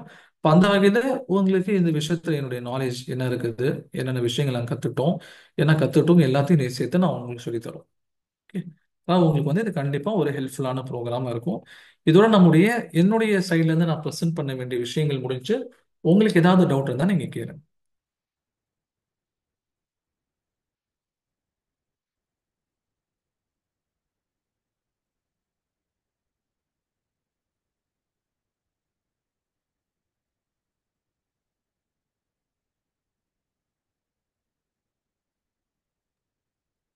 உங்களுக்கு ஏதாவது டவுட் இருக்குங்களா?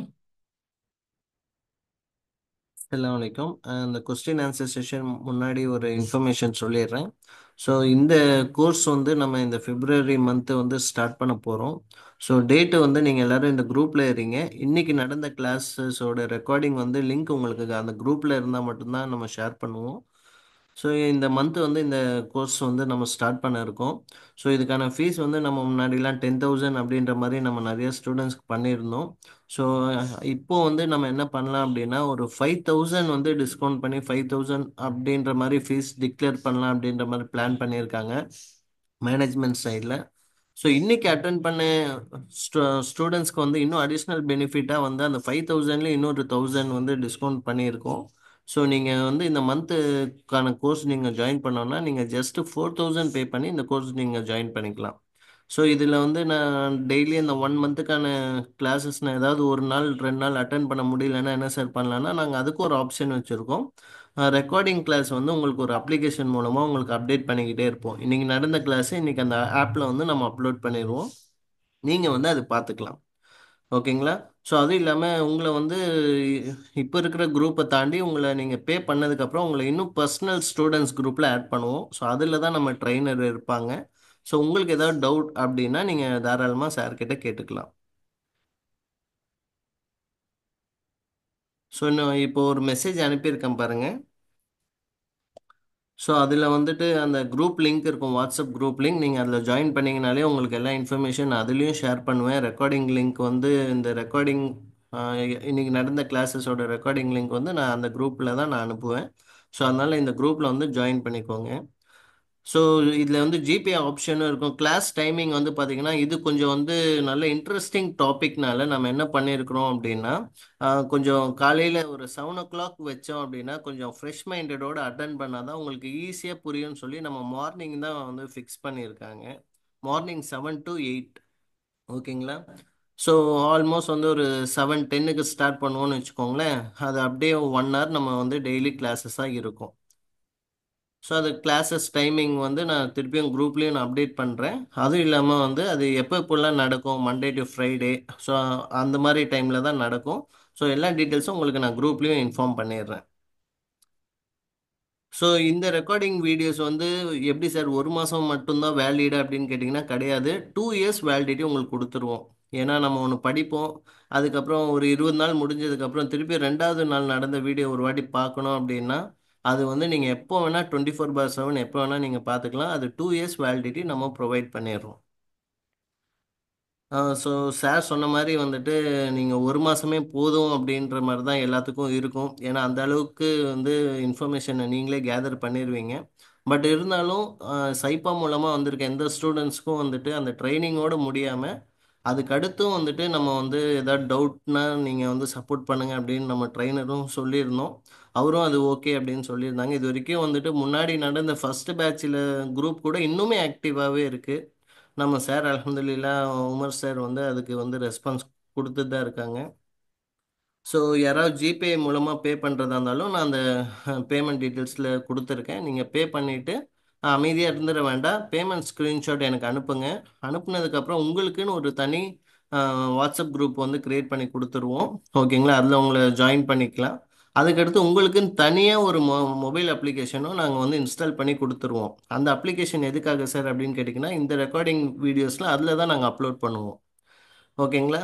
ஸோ அதில் வந்து உங்களுடைய லாகின் மட்டும்தான் ஆக்சஸ் பண்ண முடியும். நீங்கள் மற்றவங்களுக்கு ஏதாவது ஷேர் பண்ணால் கூட அது வந்து ஒர்க் ஆகாது.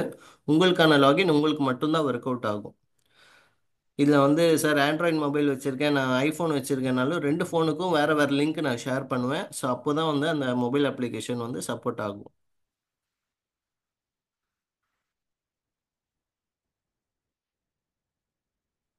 ஸோ கல்ஃப் பீப்புளுக்கு வந்து இந்த டைமிங் செட் ஆகாது அப்படின்னு சொல்லியிருந்தாங்க. ஸோ இதில் என்ன அப்படின்னா, லாஸ்ட் பேட்சஸ் தேர்ட் பேட்ச் வந்து பார்த்தீங்கன்னா கிட்டத்தட்ட வந்து 12 மெம்பர்ஸ் சவுதியிலேருந்து ஜாயின் பண்ணாங்க. ஸோ அவங்களுக்கும் அது செட் ஆகாது அப்படின்னு சொல்லி, பட் இருந்தாலும் அவங்க ஜாயின் பண்ணாங்க. ரீசன் என்னன்னு கேட்டிங்கன்னா, அந்த 1 மந்த்துக்கான எல்லா ரெக்கார்டிங்ஸும் அன்னைக்கு நடக்கிறது வந்துட்டு நம்ம ரெக்கார்டரில் நம்ம அப்லோட் பண்ணுறதுனால அவங்க வந்து ஃப்ரீ டைமில் வாட்ச் பண்ணிக்கிறாங்க. ஏன்னா நம்ம ஊர் 7 மணி அப்படின்னா சவுதியில் வந்து பார்த்தீங்கன்னா 4 o'clock அப்படி 4:30 அப்படி வந்துடுது. அப்போ வந்து எப்படி சார் நாங்கள் அட்டன் பண்ணுறது அப்படின்னு கேட்குறாங்க. பட் அந்த டைம் நம்ம என்ன பண்ணுறோன்னா, இல்லை நம்ம அப்ளிகேஷன்லேயே உங்களுக்கு அந்த வீடியோஸ்லாம் அப்லோட் பண்ணிடுவோம், நீங்கள் கேட்டுக்கலாம். உங்களுக்கு ஏதாவது டவுட் இருக்குது அப்படின்னா நீங்கள் அதை ஸ்க்ரீன்ஷாட் எடுத்தோ நீங்கள் வந்து டைரெக்டாக வந்து குரூப்லேயோ இல்லை ட்ரைனர்கிட்டயோ நீங்கள் கேட்டுக்கலாம் அப்படின்ற மாதிரி ஆப்ஷன் சொல்லியிருக்கு. ஸோ அதனால் இதை அக்செப்ட் பண்ணிவிட்டு லாஸ்ட் பேட்சில் வந்து 12 மெம்பர்ஸ் சவுதி, கல்ஃப், ரியாத், கத்தர், அந்த ஜித்தாலேருந்துலாம் நிறைய பேர் ஜாயின் பண்ணியிருக்காங்க. ஸோ அல்ஹம்துலில்லாஹ் கிளாஸ் வெரி யூஸ்ஃபுல் சொல்லியிருக்கீங்க. ஸோ நீங்கள் வந்து ஜாயின் பண்ணோம் அப்படின்னா நீங்கள் அந்த இப்போ ஒரு சேட் பாட்டில் ஒரு மெசேஜ் போட்டிருக்கேன், அதுலேயே என்னுடைய காண்டாக்ட் நம்பர் இருக்குது. ஸோ நீங்கள் அதை குரூப் ஜாயின் பண்ணிங்கன்னா இதே மாதிரியான நிறைய கோர்சஸ் வந்து நம்ம சைப்பா நடத்திட்டு வரோம். ஸோ அது வந்து உங்களுக்கு கண்டிப்பாக பெனிஃபிட்டாக இருக்கும். நீங்கள் ஜாயின் பண்ணிவிட்டு இந்த கோர்ஸில் ஜாயின் பண்ணோம் அப்படின்னா இமீடியட்டாக என்னை ரீச் பண்ணுங்கள். ஸோ இன்றைக்கி மட்டும் வந்துட்டு 5000 ஆஃபரில் உங்களுக்கு ஒரு 1000 rupees டிஸ்கவுண்ட் இருக்குது. ஸோ இன்றைக்கி ஜாயின் பண்ணீங்க அப்படின்னா நீங்கள் 5000 பே பண்ண தேவையில்ல, ஜஸ்ட் 4000 பே பண்ணிங்கன்னா போதும். ஸோ நான் இன்னொரு வாட்டி என்னுடைய மெசேஜை நான் ஷேர் பண்ணிக்கிறேன். हाँ, बोलिए हजरत। ஸோ ஸ்டூடெண்ட்ஸ்க்கு வேறு ஏதாவது கோர்ஸ் சார்ந்த டவுட் இருந்தாலும் நீங்கள் வந்து கேட்டுக்கலாம். இல்லை ஸ்டாக் மார்க்கெட்டிங்கில் ஏதாவது டவுட் இருந்தாலும் நீங்கள் வந்து ட்ரெயினர் கிட்ட கேட்டுக்கலாம்.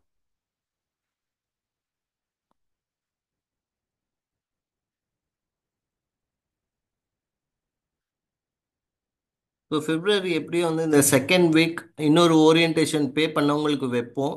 ஏன்னா அதில் தான் உங்களுக்கு ஃபுல் அண்டர்ஸ்டாண்டிங் வரும். ஸோ அதனால் இப்போ பே பண்ண ஸ்டூடெண்ட்ஸை நம்ம ஒரு குரூப்பில் ஆட் பண்ணிவிட்டு அவங்களுக்குன்னு தனியாக செகண்ட் ஓரியன்டேஷன் ஒன்று வைப்போம். ஸோ அதில் தான் அவங்களுக்கு ஃபுல் அண்டர்ஸ்டாண்டிங் வரும். ஸோ அதுக்கடுத்து வந்துட்டு அந்த செகண்ட் வீக் சண்டே இதே மாதிரி வைக்கிறோம் அப்படின்னா, இப்போ அடுத்த வாரம் சண்டே வைக்கிறோன்னா மண்டேலேருந்தே நம்ம ஸ்டார்ட் பண்ணிடுவோம். ஓகேங்களா? பட் அந்த இப்போ அதுக்கு அடுத்து நம்ம பே பண்ணுறாங்க அப்படின்னா அவங்களுக்கு வந்து என்னென்னா இந்த இன்னைக்கு பே பண்ணக்கூடிய அந்த டிஸ்கவுண்ட் வந்து அவைலபிளாக இருக்காது. ஓகேங்களா? ஸோ இன்னைக்கு நிறைய பேர் இருக்கிறாங்க. அதில் வந்து ஒரு குறிப்பிட்ட ஒரு 35-40 பேர் இன்னைக்கு அட்டன் பண்ணியிருக்கிறாங்க அப்படின்னா, அப்போ அவங்கள கன்சிடர் பண்ணி அவங்களுக்கு மட்டுமே இந்த ஆஃபர் கொடுப்போம் அப்படின்ற மாதிரி தான் பிளான் பண்ணியிருக்காங்க மேனேஜ்மெண்ட்ல இருந்து.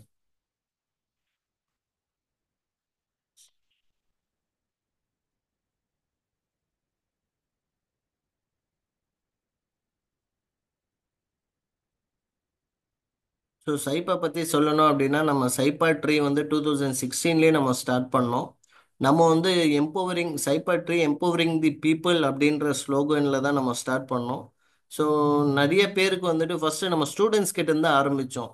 வேலை இல்லாமல் அந்த மாதிரி டிஸ்கண்டினியூ பண்ணிட்டு இருக்க ஸ்டூடெண்ட்ஸுக்கு, ஏன் நீங்கள் டிஸ்கண்டினியூ பண்ணி ஒரு படிப்பு இல்லை அப்படின்னா நீ வந்து வேலைக்கு தான் போகணுமா, சொந்தமாக நீ பிஸ்னஸ் ஸ்டார்ட் பண்ணக்கூடாதா அப்படின்னு சொல்லி அவருக்கு வந்து வேலை வாய்ப்பு பயிற்சி மாதிரிலாம் நம்ம கொடுப்போம். எக்ஸாம்பிள் வந்து கிராஃபிக் டிசைன் பயிற்சி, எப்படி லோகோ பண்ணுறது, எப்படி விசிட்டிங் கார்டு பண்ணுறது, எப்படி டிசைன் பண்ணுறது, அந்த மாதிரிலாம் கொஞ்சம் டெக்னிக்கலாக அவனுக்கு ட்ரைனிங் கொடுத்து அவனை வந்து ஒரு கம்பெனியில் வந்து ப்ளேஸ் பண்ணுறதோ, இல்லை அவனுக்குன்னு வந்து ஒரு சொந்தமாக ஒரு கடை ஒரு லேப்டாப்பு ஒரு நெட் இருந்தால் போதும். இப்போ வந்து டிசைனிங் ஷாப் தனியாக நம்ம வீட்டிலே வச்சு பண்ணலாம். ஒரு லோகோ பண்ணால் 600 ரூபா வருது. ஸோ நம்ம அந்த மாதிரிலாம் வந்துட்டு சைப்பா வந்து மற்றவங்கள எம்பவர் பண்ணுறதுக்கான ஒர்க்லாம் பண்ணிகிட்ருக்கோம். அதுவும் இல்லாமல் நான் பிஸ்னஸ் பண்ணிகிட்ருக்கேன், எனக்கு வெப்சைட் பண்ணணும் சார், எனக்கு டிஜிட்டல் மார்க்கெட்டிங் பண்ணணும் அப்படின்னா அதுவும் நம்ம ஐடி கம்பெனியும் நம்ம பண்ணிகிட்ருக்கோம் அல்ஹம்துலில்லாஹ். ஸோ ஒரு சார் மெசேஜ் பண்ணியிருக்காரு. அவர் வந்து டைரக்டராக இருக்கார் கம்பெனியில். அவர் எம்ப்ளாயீஸ் அட்டென்ட் பண்ண சொல்லலாம். போன பேட்சில் இதே மாதிரி ஒரு எம்டி வந்து அவருடைய எம்ப்ளாயினா ரொம்ப க்ளோஸ் அவருக்கு. ஸோ அப்போ நீங்கள் வந்து பண்ணுங்க. ஏன்னா நிறைய டைரக்டர்ஸோ இல்லை சிஇஓவோ அவங்களுக்கு டைம் இருக்காது இதை பற்றி லேர்ன் பண்ணவோ. ஸோ அதனால் அவர் க்ளோஸாக இருக்கக்கூடிய அசிஸ்டண்ட்டோ எம்ப்ளாயீஸையும் அவங்க கனெக்ட் பண்ணி நான் இன்வெஸ்ட் பண்ணுறேன், நீ பக்காவாக பண்ணு அப்படின்ற மாதிரிலாம் பண்ணியிருக்காங்க. போன பேட்சில் வந்து மிஸ்டர் ஹாஷிமா, அவர் பேர் என்னன்னு தெரியல, அவர் எம்ப்ளாயி வந்து ஜாயின் பண்ணியிருக்காரு. தாராளமாக பண்ணலாம் இன்ஷால்லாம். பட் நீங்கள் வந்து யாரை ஜாயின் பண்ணுறீங்களோ அவங்க அவங்க சைட்லேருந்து இப்போ பேமெண்ட் வந்து நீங்கள் பண்ணுறீங்க அப்படின்னா அந்த பேமெண்ட் ரிசிப்டை வந்துட்டு அவர் எனக்கு வந்து அவர் நம்பர்லேருந்து வாட்ஸ்அப் பண்ணணும். ஏன்னா அந்த நம்பர்லேருந்து தான் நம்ம என்ன பண்ணுவோம் அப்படின்னா அவருக்கு வந்து அந்த ஆக்சஸ் கொடுப்போம். ஓகேங்களா? இல்லை நீங்களே பண்ணி நீங்களே எனக்கு வாட்ஸ்அப் பண்ணிங்கனாலும் ஓகே. பட் தெளிவாக சொல்லிடுங்க இவர் தான் அட்டென்ட் பண்ண போகிறாங்க அப்படின்னு சொல்லி.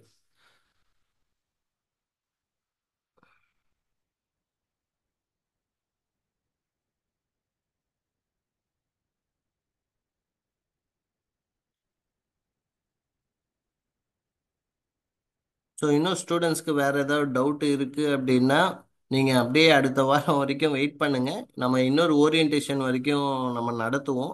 ஓகேங்களா? ஸோ அதில் இன்னும் உங்களுக்கு ஒரு இந்த ரெக்கார்டிங்கை பார்த்துட்டு இன்னொரு அவேர்னஸ் கிடைக்கும், ஏதாவது ஒரு ஐடியா கிடைக்கும். ஸோ ஒரு டவுட்டும் வரலாம். ஸோ அது வந்து அடுத்த வாரம் நம்ம வந்து என்ன பண்ணுவோம்னா ஓரியன்டேஷனில் கூட நீங்கள் கேட்டுக்கலாம். இது வந்து அடுத்த வாரம் ஓரியன்டேஷன் வந்து பேமெண்ட் பண்ணவங்களுக்கும் அதுக்கடுத்து இதை விட அட்வான்ஸான இன்னொரு சில கிளாஸஸும் இருக்கும். ஸோ அதனால வந்துட்டு நிறைய பேர் இந்த கோர்சஸை வந்து யூட்டிலைஸ் பண்ணிக்கோங்க இன்ஷா அல்லாஹ். ஸோ பேமெண்ட் பண்ணிட்டீங்கன்னா எனக்கு ஸ்க்ரீன்ஷாட் அனுப்பி உங்களுடைய ஃபுல் நேம் அனுப்புங்க. ஓகேங்களா? ஏன்னா ஃபுல் நேம் அனுப்புனதுக்கப்புறம் நாங்கள் ஒரு ரெஜிஸ்ட்ரேஷன் கோடு ஒன்று கொடுப்போம். அது எதுக்காக சார் அப்படின்னு கேட்டிங்கன்னா, சப்போஸ் வந்து இந்த ஒரு ஒரு வருஷத்தில் உங்களுடைய அப்ளிகேஷனு ஃபோனு ஏதாவது மாற்றுறீங்களோ இல்லை ஏதாவது ஒன்று பண்ணுறீங்கன்னா திருப்பியும் உங்களுக்கு அந்த மொபைல் அப்ளிகேஷன் இன்ஸ்டால் பண்ணி கொடுக்கணும் அப்படின்னா நீங்கள் என்னை ரீச் பண்ணுறப்போ உங்களுடைய ரிஜிஸ்ட்ரேஷன் கோடு வச்சு தான் நாங்கள் எங்கள் சாஃப்ட்வேரில் செக் பண்ணுவோம். இவர் இருக்காரா, இவருடைய கோடு என்ன. ஏன்னா முகமது உமர் அப்படின்னா உமர்லேயே வந்து 10 பேர் இருப்பாங்க. அப்போ யாருக்கு வந்து என்ன ஆக்சஸ் கொடுக்கறது தெரியாமல் போயிடும். ஸோ அதுக்காக பேமெண்ட் பண்ணவங்களுக்கு உங்களுக்கு அதாவது ரெஜிஸ்ட்ரேஷன் ஐடியும் கொடுத்துருவோம். ஸோ அது எதுக்காக அப்படின்னா உங்களுக்கு வந்து ஃப்யூச்சரில் ஏதாவது இது ரெக்கார்டிங்கை திருப்பி உங்களுக்கு ஆக்சஸ் கொடுக்கறதுக்காக நம்ம பண்ணுறோம். ஸோ ஸ்டாக் மார்க்கெட்டிங் ரிலேட்டடாக இன்னொருத்தர் கொஸ்டின் கேட்டிருக்காங்க சார். உமர் சார் லைனில் இருந்தால் சொல்லுங்கள் இன்ஷா. ஆல்ரெடி வந்து ஒரு லேடி, ஒரு மேடம் என்ன பண்ணியிருக்காங்கன்னா ஸ்ரீலங்காலேருந்து ஜாயின் பண்ணியிருக்காங்க. அவங்க நேட்டிவ் ஸ்ரீலங்கா. நான் இப்போ சவுதியில் இருக்கேன். என்னால் இந்தியன் ஸ்டாக் மார்க்கெட்டில் பண்ண முடியுமா, இல்லை ஸ்ரீலங்கன் ஸ்டாக் மார்க்கெட் தானான்னு சொல்லி தெரியும். அவங்க கேட்டிருந்தாங்க.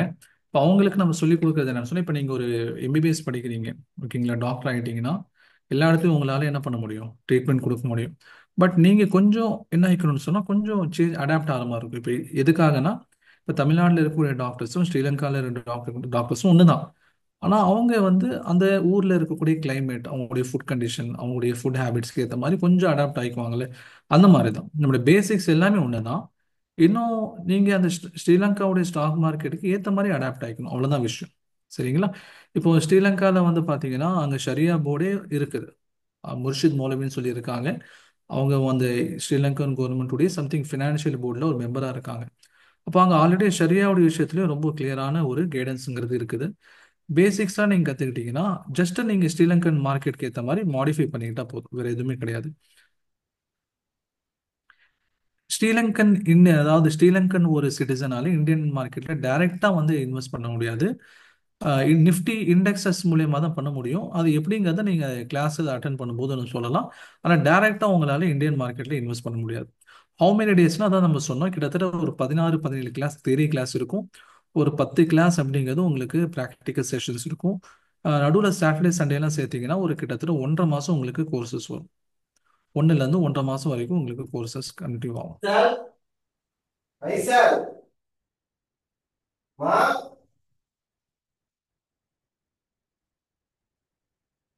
மா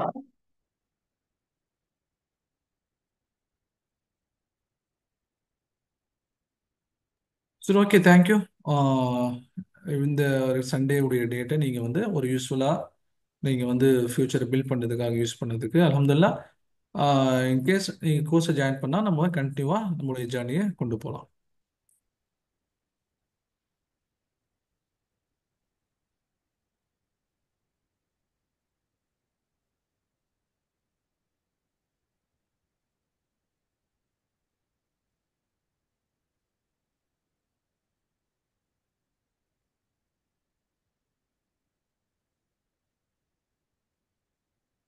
ஜஸாக்கல்லா ஹைர் சார்.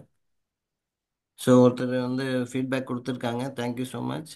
ஸோ இந்த கோர்ஸ் ஜாயின் பண்ணுறதுக்காக நீங்கள் வந்து என்னை காண்டாக்ட் பண்ணோம் அப்படின்னா என்னுடைய பர்சனல் நம்பர், ஆஃபீஸ் நம்பர் எல்லாமே உங்களுக்கு ஷேர் பண்ணியிருக்கேன். நீங்கள் தாராளமாக என்னை ரீச் பண்ணி வேறு ஏதாவது டவுட் இருக்குது அப்படின்னா என்னை காண்டாக்ட் பண்ணிக்கலாம்.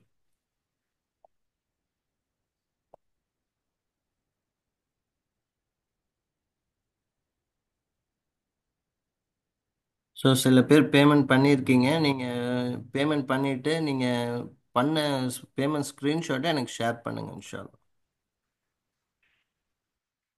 ஸோ ஸ்ரீலங்காலேருந்து லாஸ்ட் பேட்ச்சில் ஜாயின் பண்ணவங்க என்ன பண்ணாங்க அப்படின்னா, அவங்களுடைய ரிலேட்டிவ்ஸ் வந்து இந்தியாவில் இருக்காங்க. ஸோ அவங்க மூலயமா எனக்கு ட்ரான்ஸ்ஃபர் பண்ணாங்க. ஸோ அந்த மாதிரி பண்ண முடியுதா அப்படின்னு பாருங்கள் கபீர் பாய்.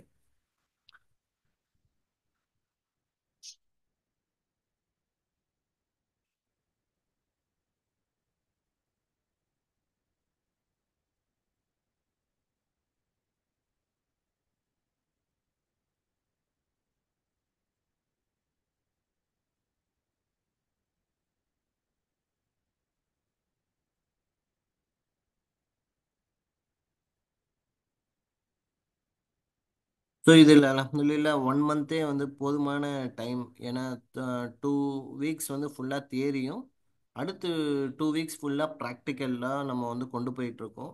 ஓகேங்களா? ஸோ நம்ம வந்து இது வந்து ஓரளவுக்கு அட்வான்ஸ் கோர்ஸ் லெவலில் நம்ம வந்து பண்ணிகிட்ருக்கோம். இன்னும் வந்து ஒரு மெயின் அட்வான்ஸ் லெவல் கோர்சஸ் வந்து நம்ம வந்து பிளான் பண்ணிகிட்ருக்கோம். அது வந்து யாருக்கு யாருக்கு அது செட் ஆகும்னு பார்த்தீங்கன்னா, ஆல்ரெடி நம்மக்கிட்ட கோர்ஸ் முடித்தவங்களுக்கு நமக்கு தெரியும். நம்ம வந்து இதிலேருந்து இன்னும் அப்டேட் கொஞ்சம் கொண்டு போனோம் அப்படின்னு சொல்லி. ஸோ அதனால் வந்து நீங்கள் வந்து இந்த கோர்ஸ் ஜாயின் பண்ணிவிட்டு அதுக்கடுத்து அட்வான்ஸ் கோர்ஸ் ஜாயின் பண்ணுறப்போ ஒரு 3 பேட்ச் ஜாயின் பண்ணியிருக்காங்கன்னா அவங்க எல்லாமே சேர்த்து ஒரு பெரிய அட்வான்ஸ் கோர்ஸாக நம்ம வந்து ஸ்டார்ட் பண்ணலாம் அப்படின்ற மாதிரி பிளான் இருக்குது.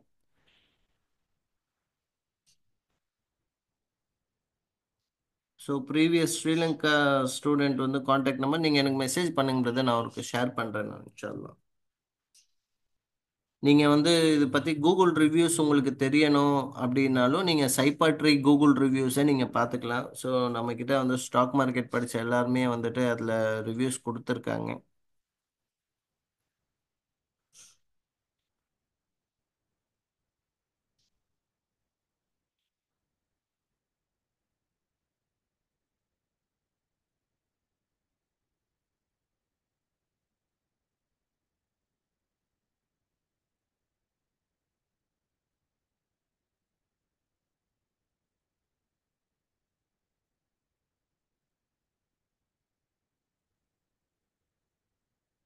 எஸ் பிரதர், நானும் பேமெண்ட்காக தான் சொன்னேன். நான் காமனாக ஸ்டூடெண்ட்ஸ்க்கு சொன்னேன். நீங்கள் ஏதாவது ரிவ்யூஸ் மாதிரி நீங்கள் பார்க்கணும் அப்படின்னாலும் நீங்கள் கூகுள் ரிவ்யூஸ் நீங்கள் பார்த்துக்கலாம் அப்படின்னு சொல்லிட்டு. பட் பேமெண்ட்டுக்காக சொன்னது வந்து நீங்கள் எனக்கு மெசேஜ் பண்ணுங்கள். நான் வந்து அந்த ஸ்ரீலங்கன் கான்டாக்ட்ஸை உங்களுக்கு நான் ஷேர் பண்ணுறேன். நீங்கள் அவர்கிட்ட மூலமாக நீங்கள் பேமெண்ட் பண்ணிக்கலாம் இன்ஷா அல்லாஹ்.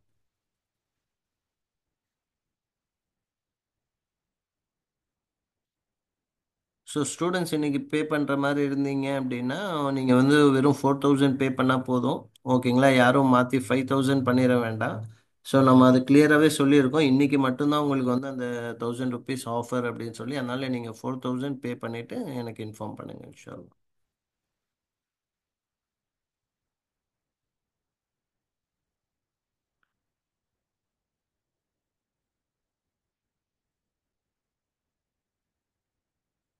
ஸோ எல்லோரும் அந்த குரூப் லிங்க்கை கிளிக் பண்ணி ஜாயின் பண்ணிக்கோங்க. அதுலேயும் உங்களுக்கு எல்லா ரெக்கார்டட் கிளாஸும் அதில் வந்துடும். இன்றைக்கி நடந்த கிளாஸ் எல்லாமே அதில் வந்துடும்.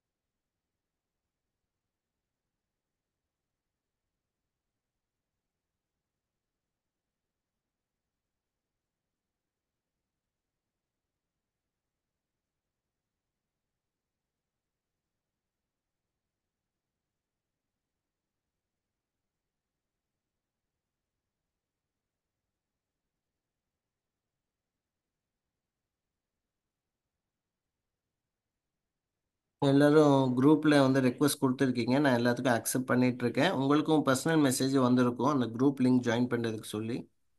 ஸோ நீங்கள் அதை கிளிக் பண்ணி நீங்கள் ஜாயின் பண்ணிக்கோங்க இன்ஷால்லா.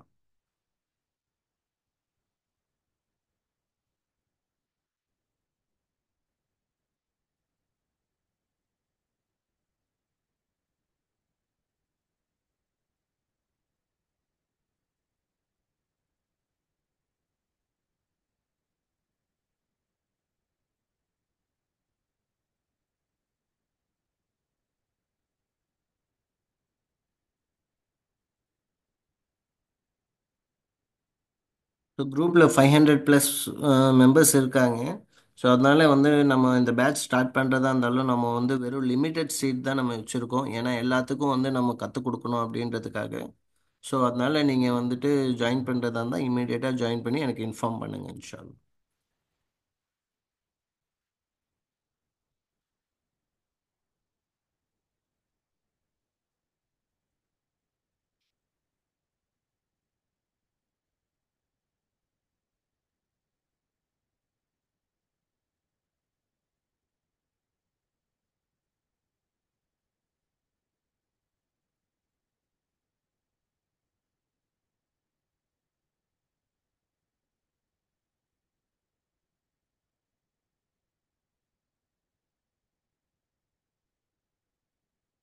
நான் தமிழ் பிரதர்ஸ்னால் புரியல ஷாவுல் ஹமீத் பாய். நான் முஸ்லிம்ஸ்க்கு கேட்குறீங்களா?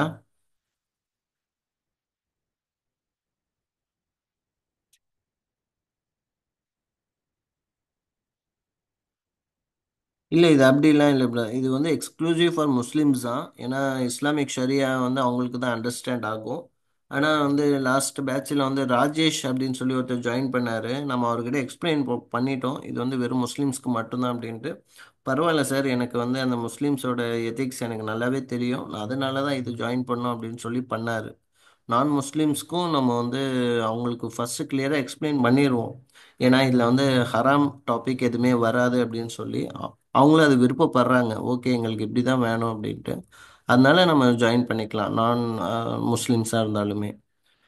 இது வந்து உருது முஸ்லீம்ஸாக இருக்குன்னா அவங்க வந்து நம்ம பாயும் உருது முஸ்லீம் தான், நம்ம trainer Umar sir.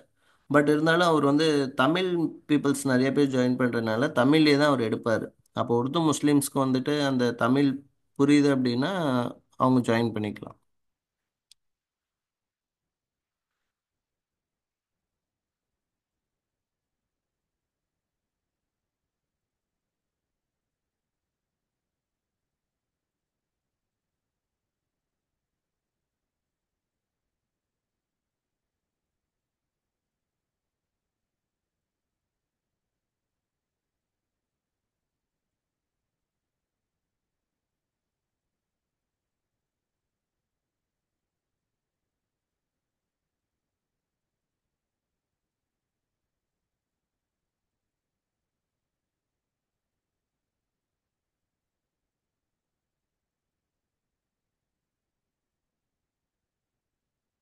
Okay brother, once payment பண்ணிட்டீங்க அப்படின்னா இமீடியட்டாக ஸ்க்ரீன்ஷாட் அனுப்புங்க.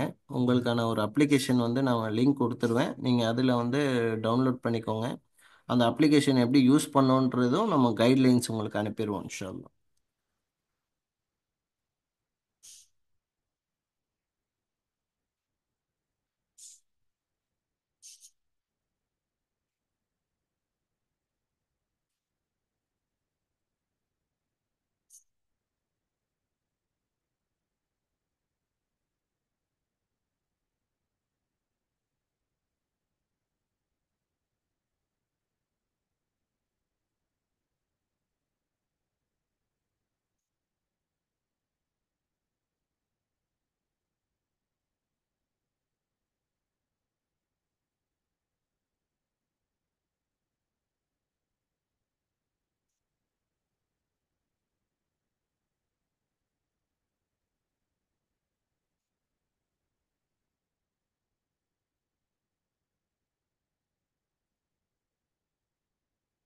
ஸோ சேம் மெசேஜை வந்துட்டு வாட்ஸ்அப் குரூப்லேயும் நாங்கள் ஷேர் பண்ணியிருக்கோம்.